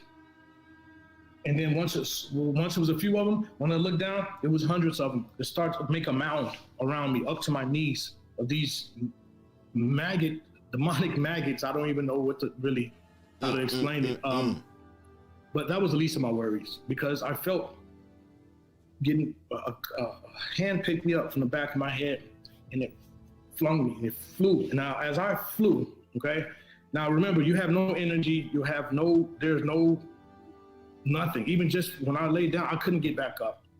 But now I'm realizing, in hindsight, that the Lord was with me, because a lot of these demons, they wanted to attack me. They wanted to rip me apart.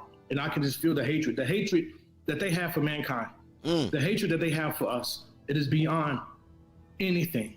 It is beyond, and you can feel it's ancient, and you can feel it is powerful. It is power in their hate. It is so powerful. Yeah. So here's this situation with this brother who the Most High allowed him to experience that because of the life that he was living.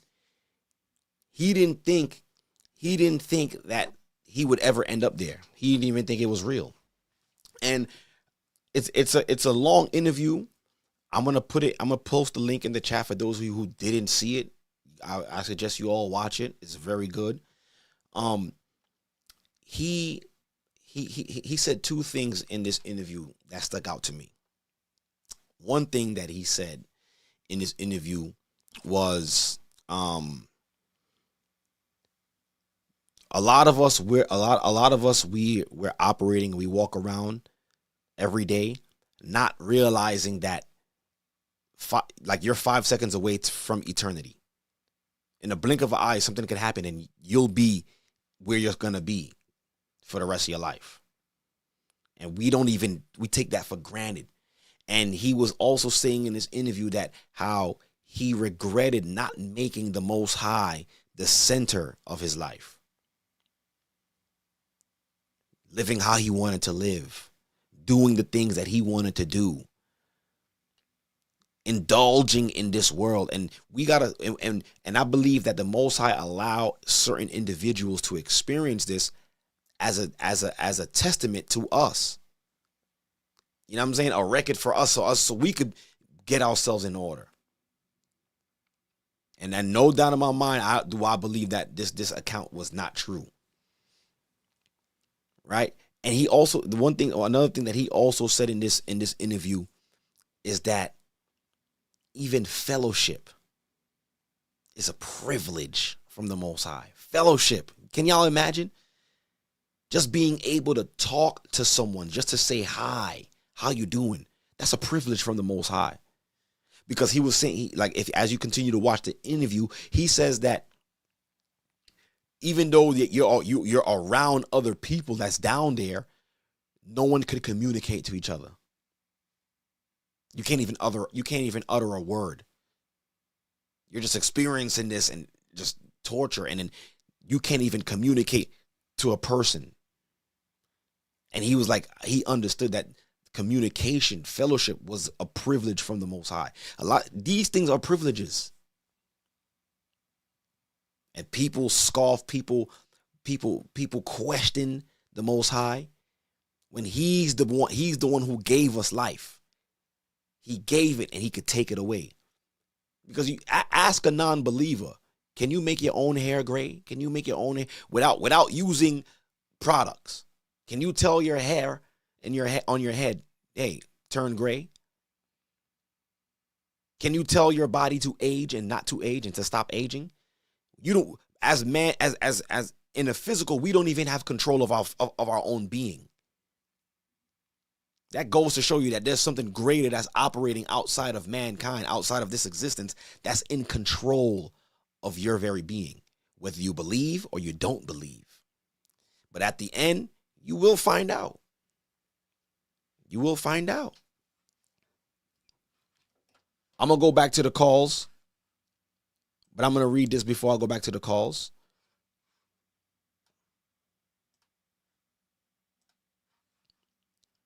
I'm in the book of James.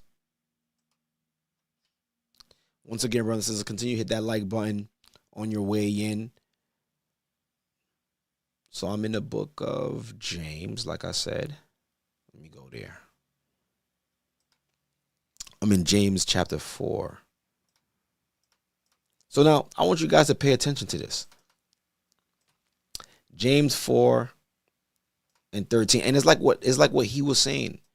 A lot of the things that goes on our day-to-day lives are privileges, man. And the Most High allows these things. And we got to acknowledge the Most High for this.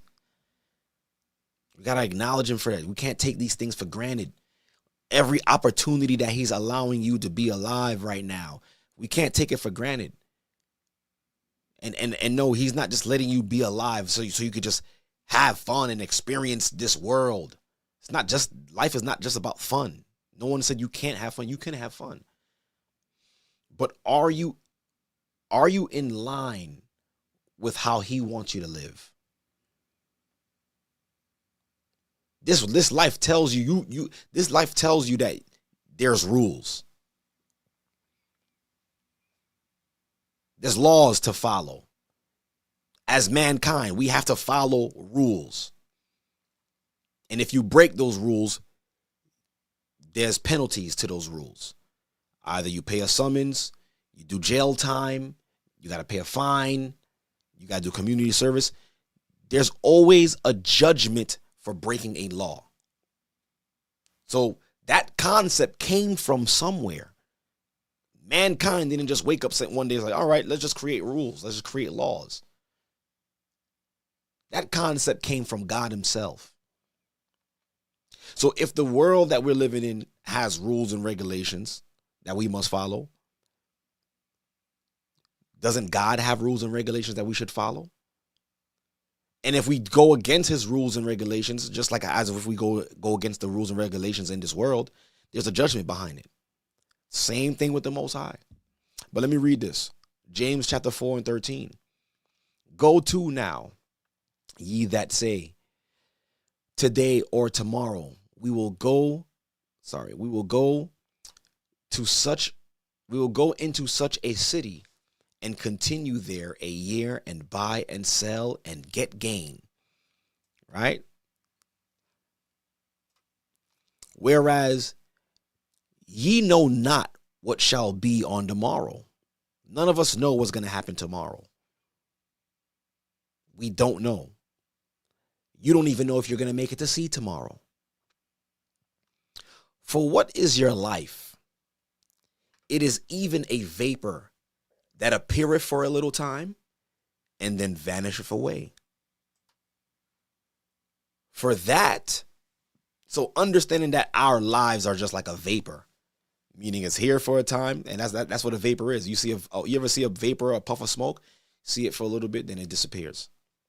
This is how the Most High compares our lives. You're here for a short moment, and then you're gone. In the physical, you're gone. So he says, for that reason, for that, ye ought to say, if the Lord will, we shall live and do this or that. But now ye rejoice in your boastings. Some of us, we rejoice in our boastings. Oh, I can't. When I get paid, I'm doing this. Oh, I'm going on vacation. I'm going away this year. I'm going here. I'm doing this. Who's to say you're going to make it to see there? Only the Most High know if you're going to make it to see there. And the Most High laughs at our plans all the time. You could plan and the Most High laughs. He says, but now ye rejoice in your boastings. All such rejoicing is evil. Therefore, to him that knoweth to do good, and doeth it not, to him it is sin. Right? So everybody is born with a conscience. Everybody is born to understand good from evil, right from wrong. And if you go against your own conscience, that will be your judge at the end. You will know what you took advantage of. And what you wish you had more time to be like, you know what? I wish when I was on this earth, I didn't do certain things. I didn't go after this. I didn't be with this person. You understand? So we got to even look at, can you leave the world behind even in a spiritual sense? Are you able to leave the world behind to make sure that your afterlife will be better than your current life? Or will you neglect all of the signs and continue to live how you want to live and say, I'll figure it out when I get there? Because according to that brother's account, you don't want to figure it out when you get there. You don't even want to be in that predicament. I wouldn't want anybody to be in that predicament. 1 second. Let me fix this real quick.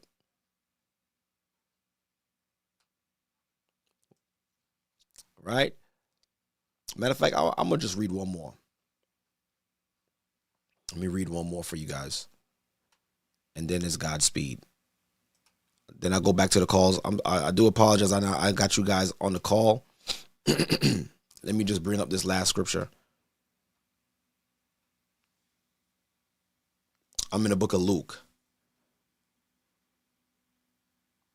The book of Luke.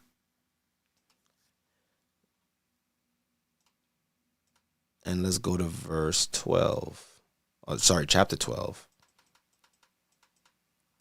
Why is it looking like this? All right.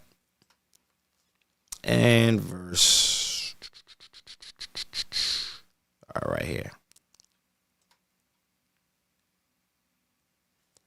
So let me make this look better. The presentation of it. All right. So I'm in Luke 12.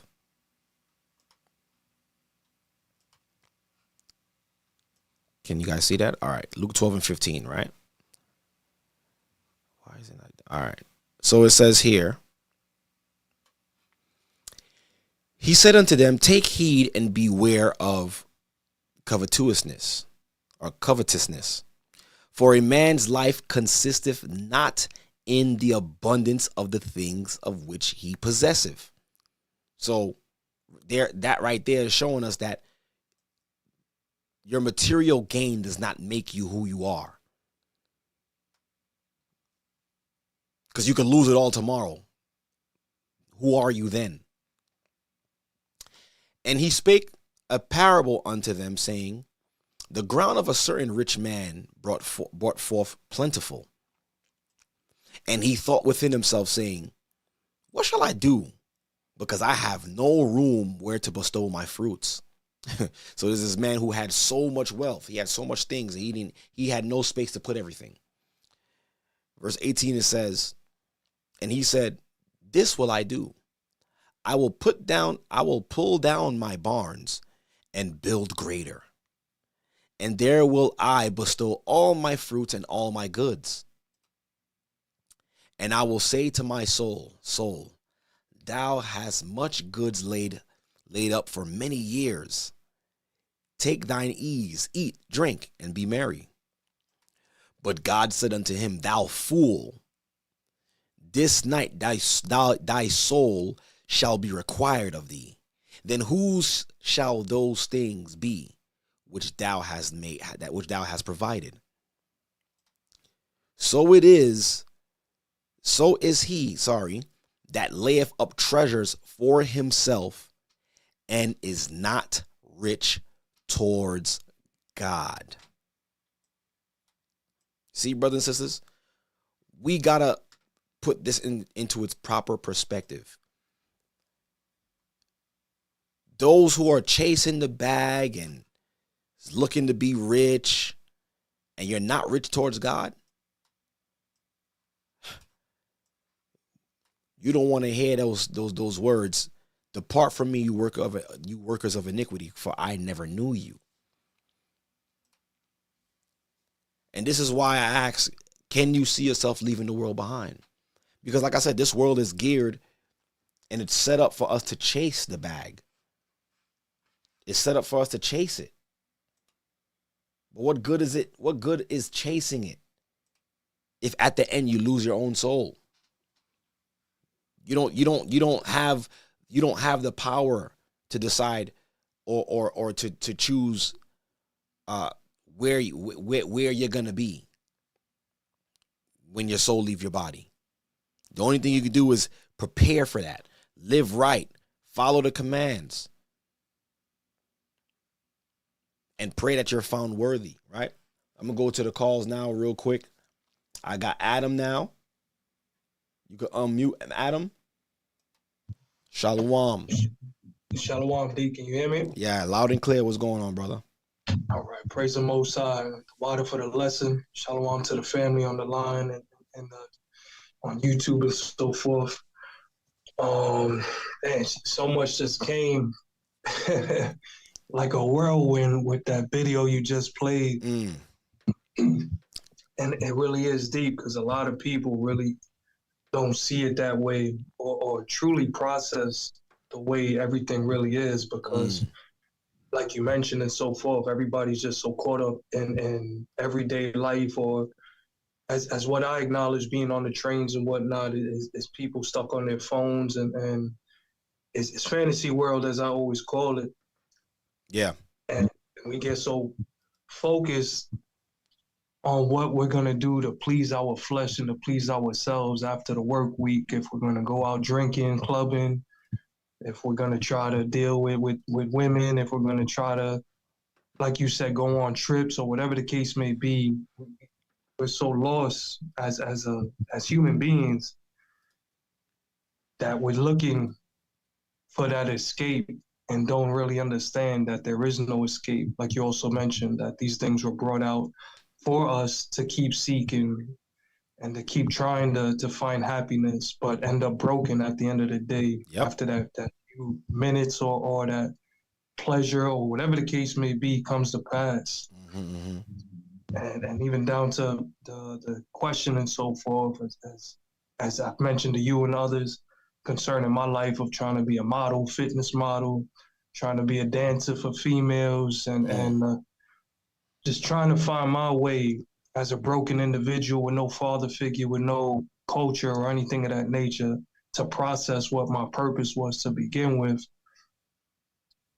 That all of these stories are real for any brother and sister that still dabbling in the world or trying to make it in the fast life or trying to get signed to a deal or whatever the case may be concerning these things, where these agencies, a lot of the photographers, designers, they all wanted to sleep with me. They were sick. And I could tell it's a spirit to how the spirit on them will try to draw you in to the point where you start going to parties or doing other things to where you end up falling into that too. And I praise the Most High constantly for not getting me to that point of signing a deal or being in a room with some type of weirdos to that degree and so forth, because this stuff is real. And a lot of people don't like to believe that as well, because we've been idolizing these individuals so much, even down to the Super Bowl situation, to where we get so caught up on these things. Mm-hmm.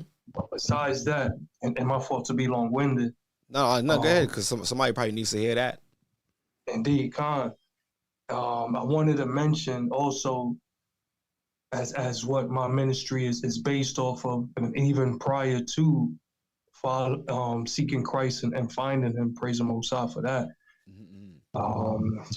Like even when I was bouncing and so forth, I used to bring clothes and things of that nature for the homeless, and little by little, understanding them and what they were going through and being an ear for them, as you mentioned earlier as well, I'm able to learn from these individuals from that point, even prior to that, till now, to where they're literally my family members, but besides the body and so forth, that became family, other than bloodline family and stuff. A lot of them could teach us where to find food, how they get clothes, different things that they deal with on a daily basis. Like basically things that we things we take for granted. Exactly, just exactly what you mentioned, that they cherish what they get from individuals or just what they're being blessed with in general.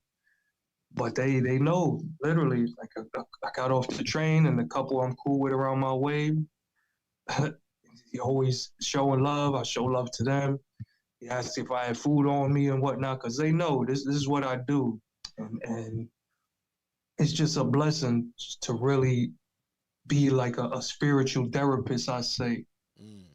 That where we don't need these individuals, psychiatrists and whatnot, to where we got Yeshaya and the scriptures that feed us what we need and to relieve our souls from being broken and going through so much chaos and pain in different formats and whatnot, as everybody's trials and tribulations and what everybody been through, as even down to the social media, to where people mask all of these things and put up fronts. Right. So and it's a scary situation concerning that. That's what it is, because all of that's a facade.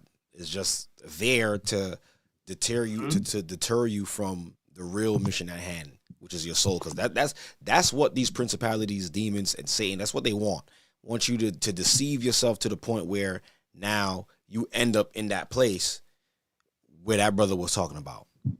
And it's sad because, and like I said, like I was saying in the beginning, because it's sad because normally people wouldn't choose to end up there. And if a lot of people realized and knew what was on the other side, I believe a lot of people by default would choose to do the right thing. But this world is definitely a setup, right? And it starts from when you're young, right? You don't have a certain pair of sneaker on. You don't have a certain pair of jeans or a t-shirt on. Psychologically, it makes you feel like you're less than. Now your aim is to grow and to get these and to get money to be able to provide yourself to get these things that has no value, because we put the value on it. Like we put the value of putting another man's name on our chest. Like, I'm somebody because my shirt says Armani Exchange. That's someone. That's a man's name. So you're somebody because you have another man's name on your back. We don't even look at it to that extent. But go ahead. No, yeah, you're 100% right. And also concerning that, working with Brother Jonathan on Staten Island in one of the clothing stores. It's crazy. Like about 10, 15 minutes into the shift, we saw migrants coming out of two different stores, and they were dropping a whole bunch of clothes and trying to get it into bags and stuff like that. So it's getting real out there as well, to add that perspective. Yeah, that migrant situation is another situation within itself. But go ahead. Indeed, and Con, I ain't mean to bring it up concerning them, but obviously it's coming down the wire with them. But just concerning, like you just mentioned, coveting in the store, these people are blind to what is taking place. Even certain co-workers, and praise the Most High that me and Jonathan were doing ministry work within the store, and even through individuals that come in. Like I told some of the brothers also last Shabbat, that there was an Edomite sister with a cut on her face, and she seemed like she was going to steal. Mm-hmm. But then she was there for about 20, 30 minutes, and I went to the back to the kids section because I was going to buy one of the sister's sons a toy. And she asked me out of nowhere, do you think these shoes are cool for kids? And I was like, nah, I don't really like them, but I'm trying to get something for a sister from my church and her children.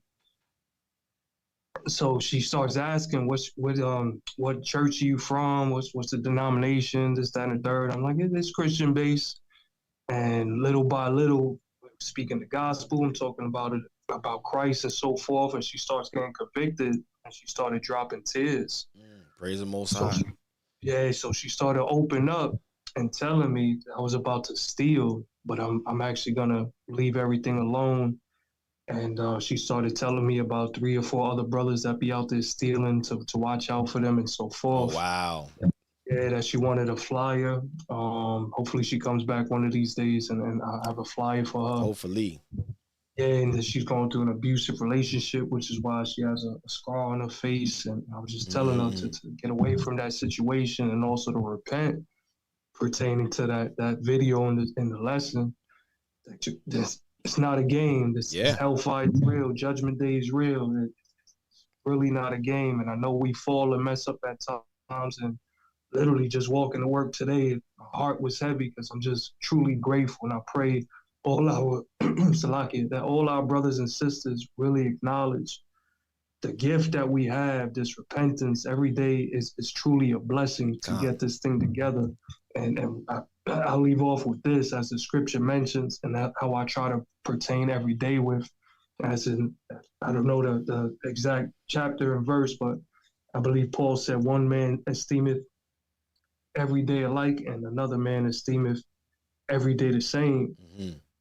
So I say this, regardless how we feel on our wake up, if we're tired, if we're going through it, family issues, whatever the case may be, I just say to all the brothers and sisters to do your best to make other individuals' day a blessing as well.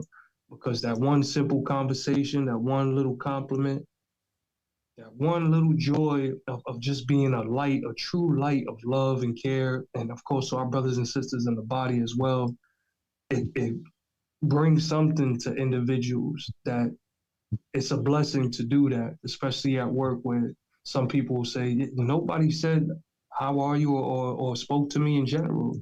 Like, you were the first person to say that. And I know how hard it is for your job with all the chaos and everything that comes to pass. Definitely. Then, like the scriptures say, put hot coals of love on people's heads, basically. So even when you feel that type of fleshly negativity and whatnot, do our best to make every day joyful to not only ourselves and the Most High, but also to other individuals that might be going through something. That's how much power that we have through him and Yeshaya at the end of the day as well. Con. Well, Adam, I'm gonna put you back in the queue. I got some other calls I'm gonna take, but definitely appreciate you calling in, my brother. Continue doing the work, man. Bless you.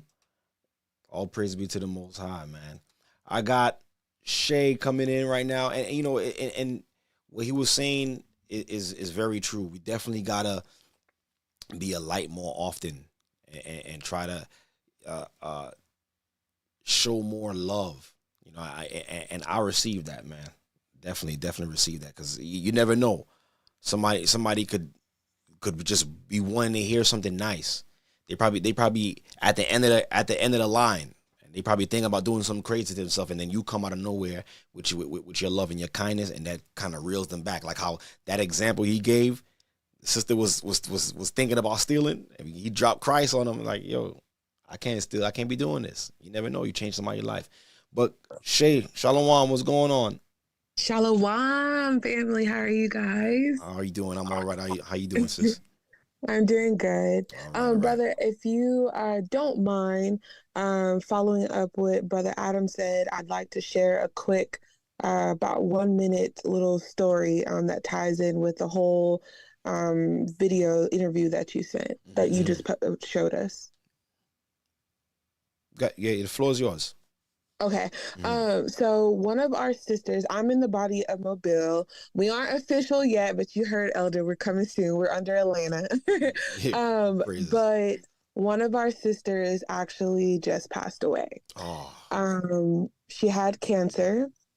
And me and her actually got baptized last year, February 19th. And it was a beautiful experience. Did she just find out, or she already knew? I think that she's known for a little bit, but I'm not for sure, Deacon, on how long she's had it. That part I don't know, but she just passed away from that. And when I tell you, the more highlight of the story is not for it to be a somber thing, but is to tell you how hard that sister has been going, and she blew a trumpet for us. So I'm just passing it on to the rest of the body because it hit all of us, and it really is making us walk this walk extra righteously.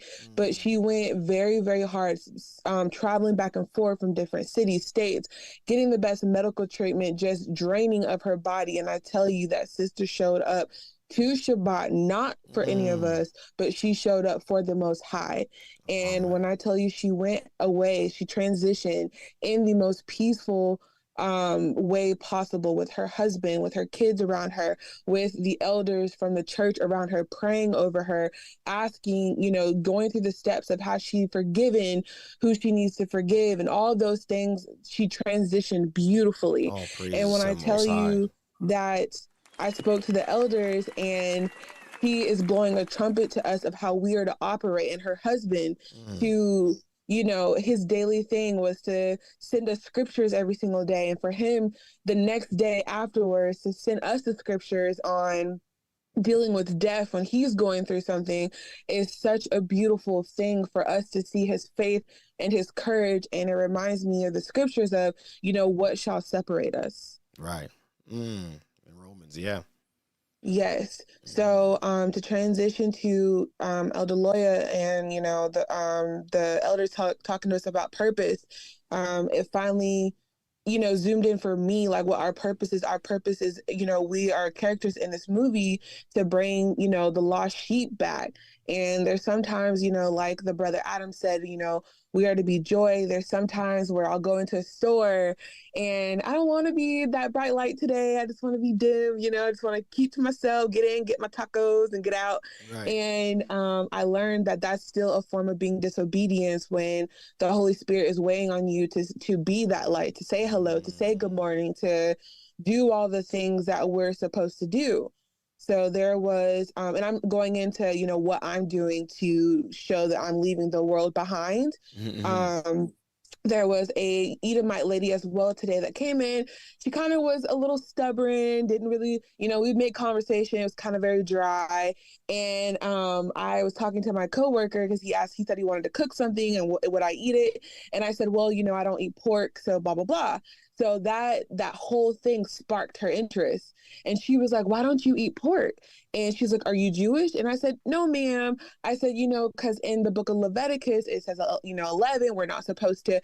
And we were whole conversation from that. And when I tell you, she talked nonstop, and she was talking about how, she used to go on that Leviticus diet, and that I just inspired her to go back on it, and that it really is bad for your body, all the foods and blah blah blah blah, this, that, and the third. So we really do have to be that light.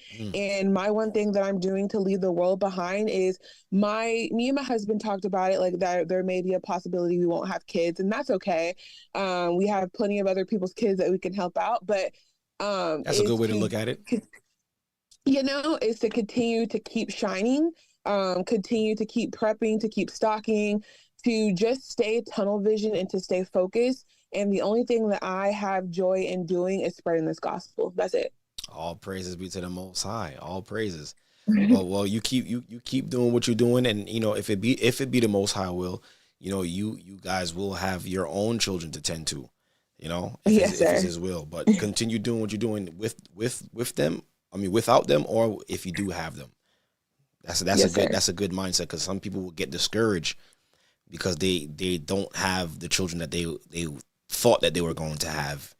And they start to blame the Most High. But I'm happy that you guys are in good spirits, and you guys are considering helping those in the body who have children. That's a great way to look at it. Praise the Most High for that. All right, my sister, I thank you for the call. I'm gonna put you back in the queue. You have a good night. Thank you, brother. Shalom. All right, shalom. All right. So we're gonna move right along. I got Christopher, then I got Sam, and that is it. Shalom. Shalom, can you hear me? Yeah, I hear you loud and clear, my brother.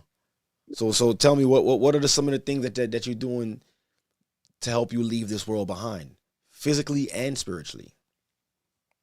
Well, Deacon, how can I say this? Me personally, I was celebrating, like I say, Carnival, because over here where I live, they celebrate Carnival. And at that time, I was at a Carnival, but now after years, I don't celebrate it no more. How can I say this? This year, they celebrate Carnival, and thank God I was not there, because there was a lot of fighting, there was stabbing each other, and so most I thank you I was not there. And I was on the day of the feast of Purim. Look at that, on a day where they should be giving and loving each other and celebrating the fact that the Most High saved us from the hands of our enemies. They over there killing each other. Yeah, sir. And how can I say this?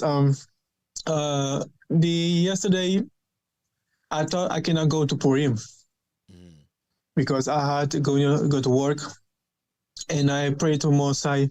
Most High, forgive me. I cannot celebrate your feast of Purim. But then, I say I was working, but I say to myself, you know what? Let me see, try it. At least to have a congregation. So can listen to the word. Mm-hmm. And I did not participate. To enjoy the Purim, but at least I was happy I was there in the congregation of Purim. Mm-hmm. Well, praise the Most High, because a lot of us got stuff that we have to take care of, and the Most High knows that. The Most High understands that we can't. There's certain feasts that we would like to keep, but we can't keep it perfectly because we're not in our land.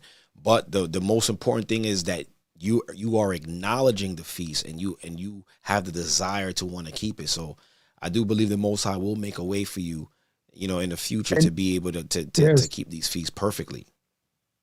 And Deacon, but so that's why I would say the first thing was to leave the world behind is not in the pagan parties, especially in the Carnival. That was horrible. Mm-hmm. And concerning about the brother of the experience going to hell, I remember my mother. She told me, she told me, I think it was 3 in the morning. It was 3 in the morning.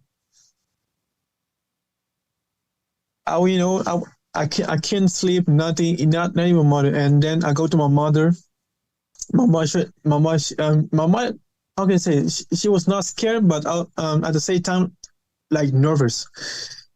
She told me, "Son, I saw him," and I say, "You saw who?"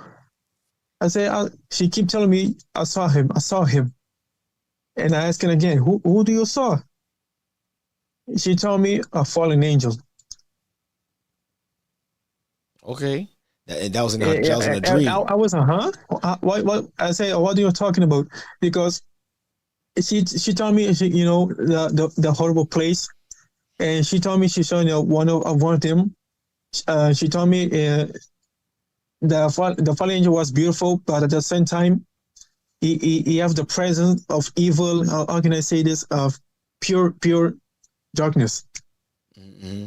And I said, Mom, thank God, your soul did not go there. Now that, but she was sweating. She was nervous. Is she part of the church now?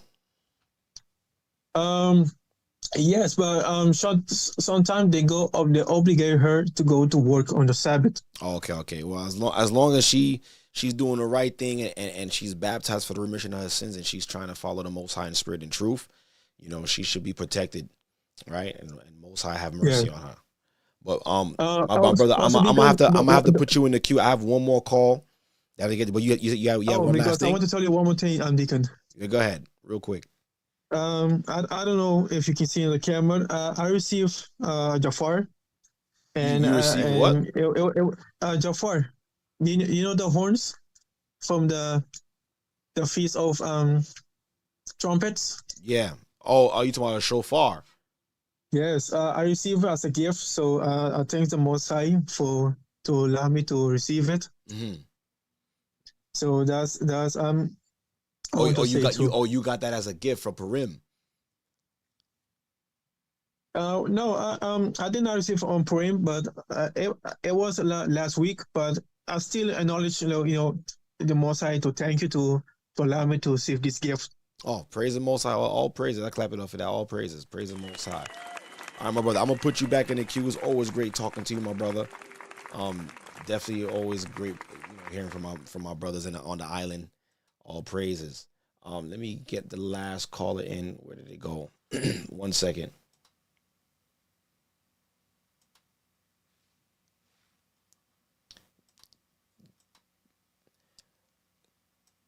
I know I had one person left. I had Sam left. If you could unmute yourself, Sam, that'd be great. Because I don't see where the thing went. Shalom, D. Shalom, I hear you. How you doing? How you doing? What's going on? Praise the Most High. All praises. So tell me, man, real quick, how are you preparing yourself to leave this world? How or can you leave this world behind? That's the question. Both physically and spiritually. Are you ready for that? That part, Deke, is not an issue for me because that's already been done before. You know, as you know, I'm African. I'm from Sierra Leone, and we went through a brutal war back in the 90s, early 90s. As a matter of fact, that's what got me to this country. You know, that's not an issue. But now, being that I understand and know much and seen a lot of things that I've went down, my only concern is, would I be faithful? Would I trust in the Most High and the leadership? And more so, will my righteousness stay intact? Because I don't think people understand war.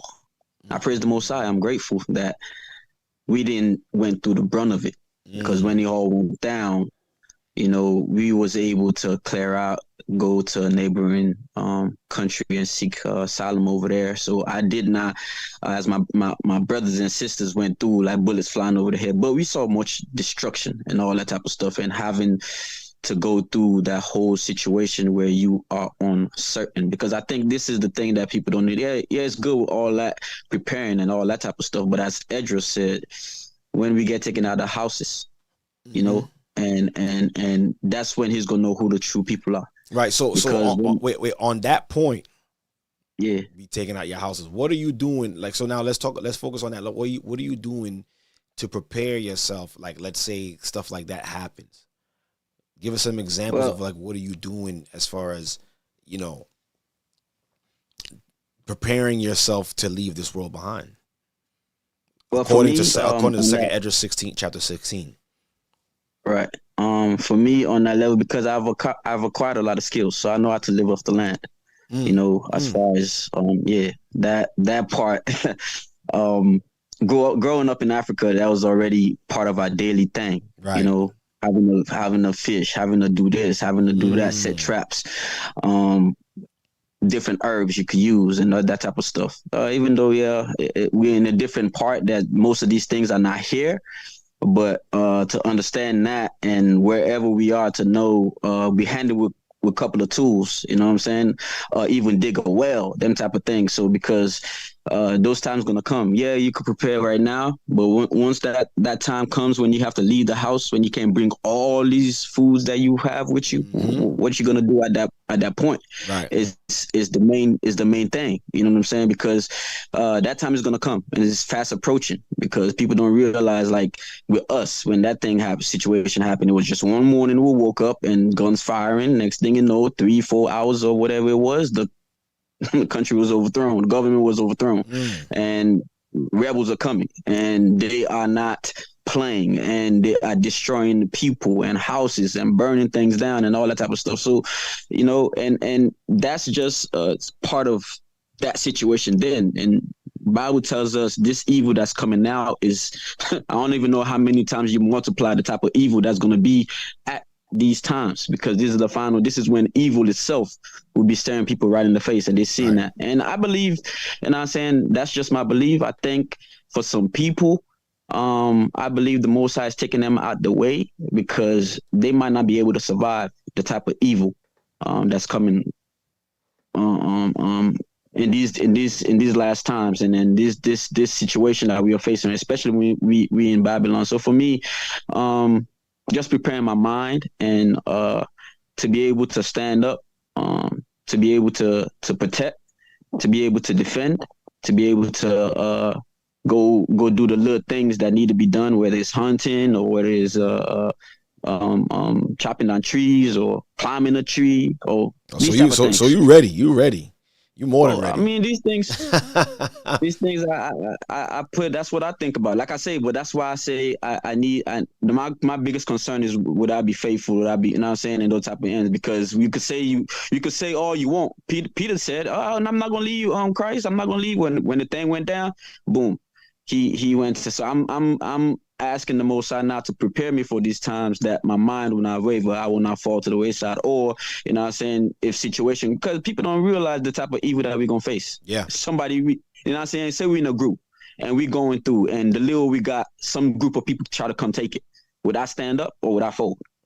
These type of things is what I you know what I'm saying, because those times is going to come, you know, but again, you know what I'm saying, people don't realize that these things are real. I've witnessed it. I've seen it. You know, and being that it's going to happen again, especially, you know what I'm saying, us going into the wilderness again, would we be in a position to listen to leadership, listen to instruction? Because in war, that's the number one thing. You don't follow instructions, people will die. Yeah. People will die. So, you know what I'm saying? And those are the things that I'm focusing on at this point. All praises. Well, you know, and I'm happy that, you know, I had you brothers and sisters call in, so that way, if someone wasn't thinking in that type of mind, or didn't have that type of mind set as of right now, there maybe could be starting to formulate that type of processing in their mind right now, because we all need to start thinking like that. Because like I said, everything could be operating right now, and and we could go here and move here and do this. What happens if that just all stops? How can we apply what we're learning through the scriptures in Christ and bring it real time and start living it real time, right? But definitely appreciate you calling in. You the last caller of the night, my brother. Yeah. Thank you, Deke, for taking my call, and Shalom, family. All praises. Thank you all for your patience too. Thank you for your patience as well too. You know, I know I had y'all in the queue, but you know, praise the Most High for your patience and allowing me to go through the broadcast. But you know, y'all all have a good night. But once again, the water for the patience. all praise be to the Most High. But yeah, brothers and sisters, I really hope that this broadcast really put some things in perspective for you all, as far as how we should be viewing it. One, on the physical, because you know, we could easily get rid of the physical and be like, I could walk away from this house. I could walk away from $1 million. I hope y'all can. I could walk away from this. I could walk away from that. But what about walking away from things that will hinder your soul, your spirit, from eternal damnation? What about those things? What about the things that we're still dealing with? Issues, backbiting, right? Bearing false witness, fornication, adultery, all of these things that'll stop us from entering into paradise. Are we ready to leave these things behind as well too? So we got to look at both aspects of it, and y'all got to be real with yourself and really ask yourself, like, yo, am I really being a true example of Christ to the world? And that's what we all have to ask ourselves after this broadcast. Are we doing enough to represent Christ? That is the question. But brothers and sisters, you know, I believe that's my time for tonight, right? And we want to give, once again, I want to give all praises to the Most High, Ahaya, in the name of his son, Yeshua, our Lord, our Savior, and our King, for allowing us this opportunity to have this conversation. And I do hope and I do pray that this conversation is eye-opening for everybody. But like I say every week, you know, like all good things, this show must also come to an end.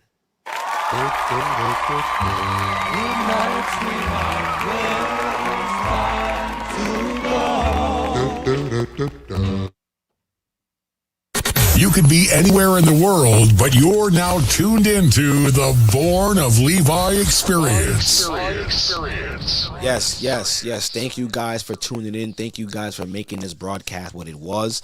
Thank you for those who called in and shared your experiences. And, you know, I want to start doing that more often. Just start putting, like, and I've been saying I was going to do that, and I haven't done that until tonight, right? Forgive me. But I'm going to start putting out the link way earlier so we could make this broadcast a conversation, because you guys bring a lot of great points, and there's in some areas you guys touch on that I miss. So praise the Most High for you all. Praise the Most High for your existence and your walk and your experiences, and I pray that he keeps you all until we see that day, right? That's the mission, right? This race is not to the swift. It's a day at a time, brothers and sisters, right? And let the evils of tomorrow worry about itself. We'll see it when we get there, and we'll handle it then, right? But until then, brothers and sisters, shalom, peace and blessings. Also, happy Feast of Purim for those of you guys who I haven't spoken to. So I just want to say that formally, right? Which for Purim it actually ended last night, sundown. But I'm just going to say it formally. And to those of you who I'll see at the Shabbat, I'll see you guys at the Shabbat. Hopefully you guys are at your local congregation. You guys are linking in with your local congregation and making sure you guys are staying up to date with your leadership. That's very important, right? We see the days approaching. We see what's happening, right? Don't get caught by the wayside. So with that being said, peace and blessings, family. Shalom. Stay prayed up, sin not. And if it be the Most High's will, we will see Zion, right? Shalom.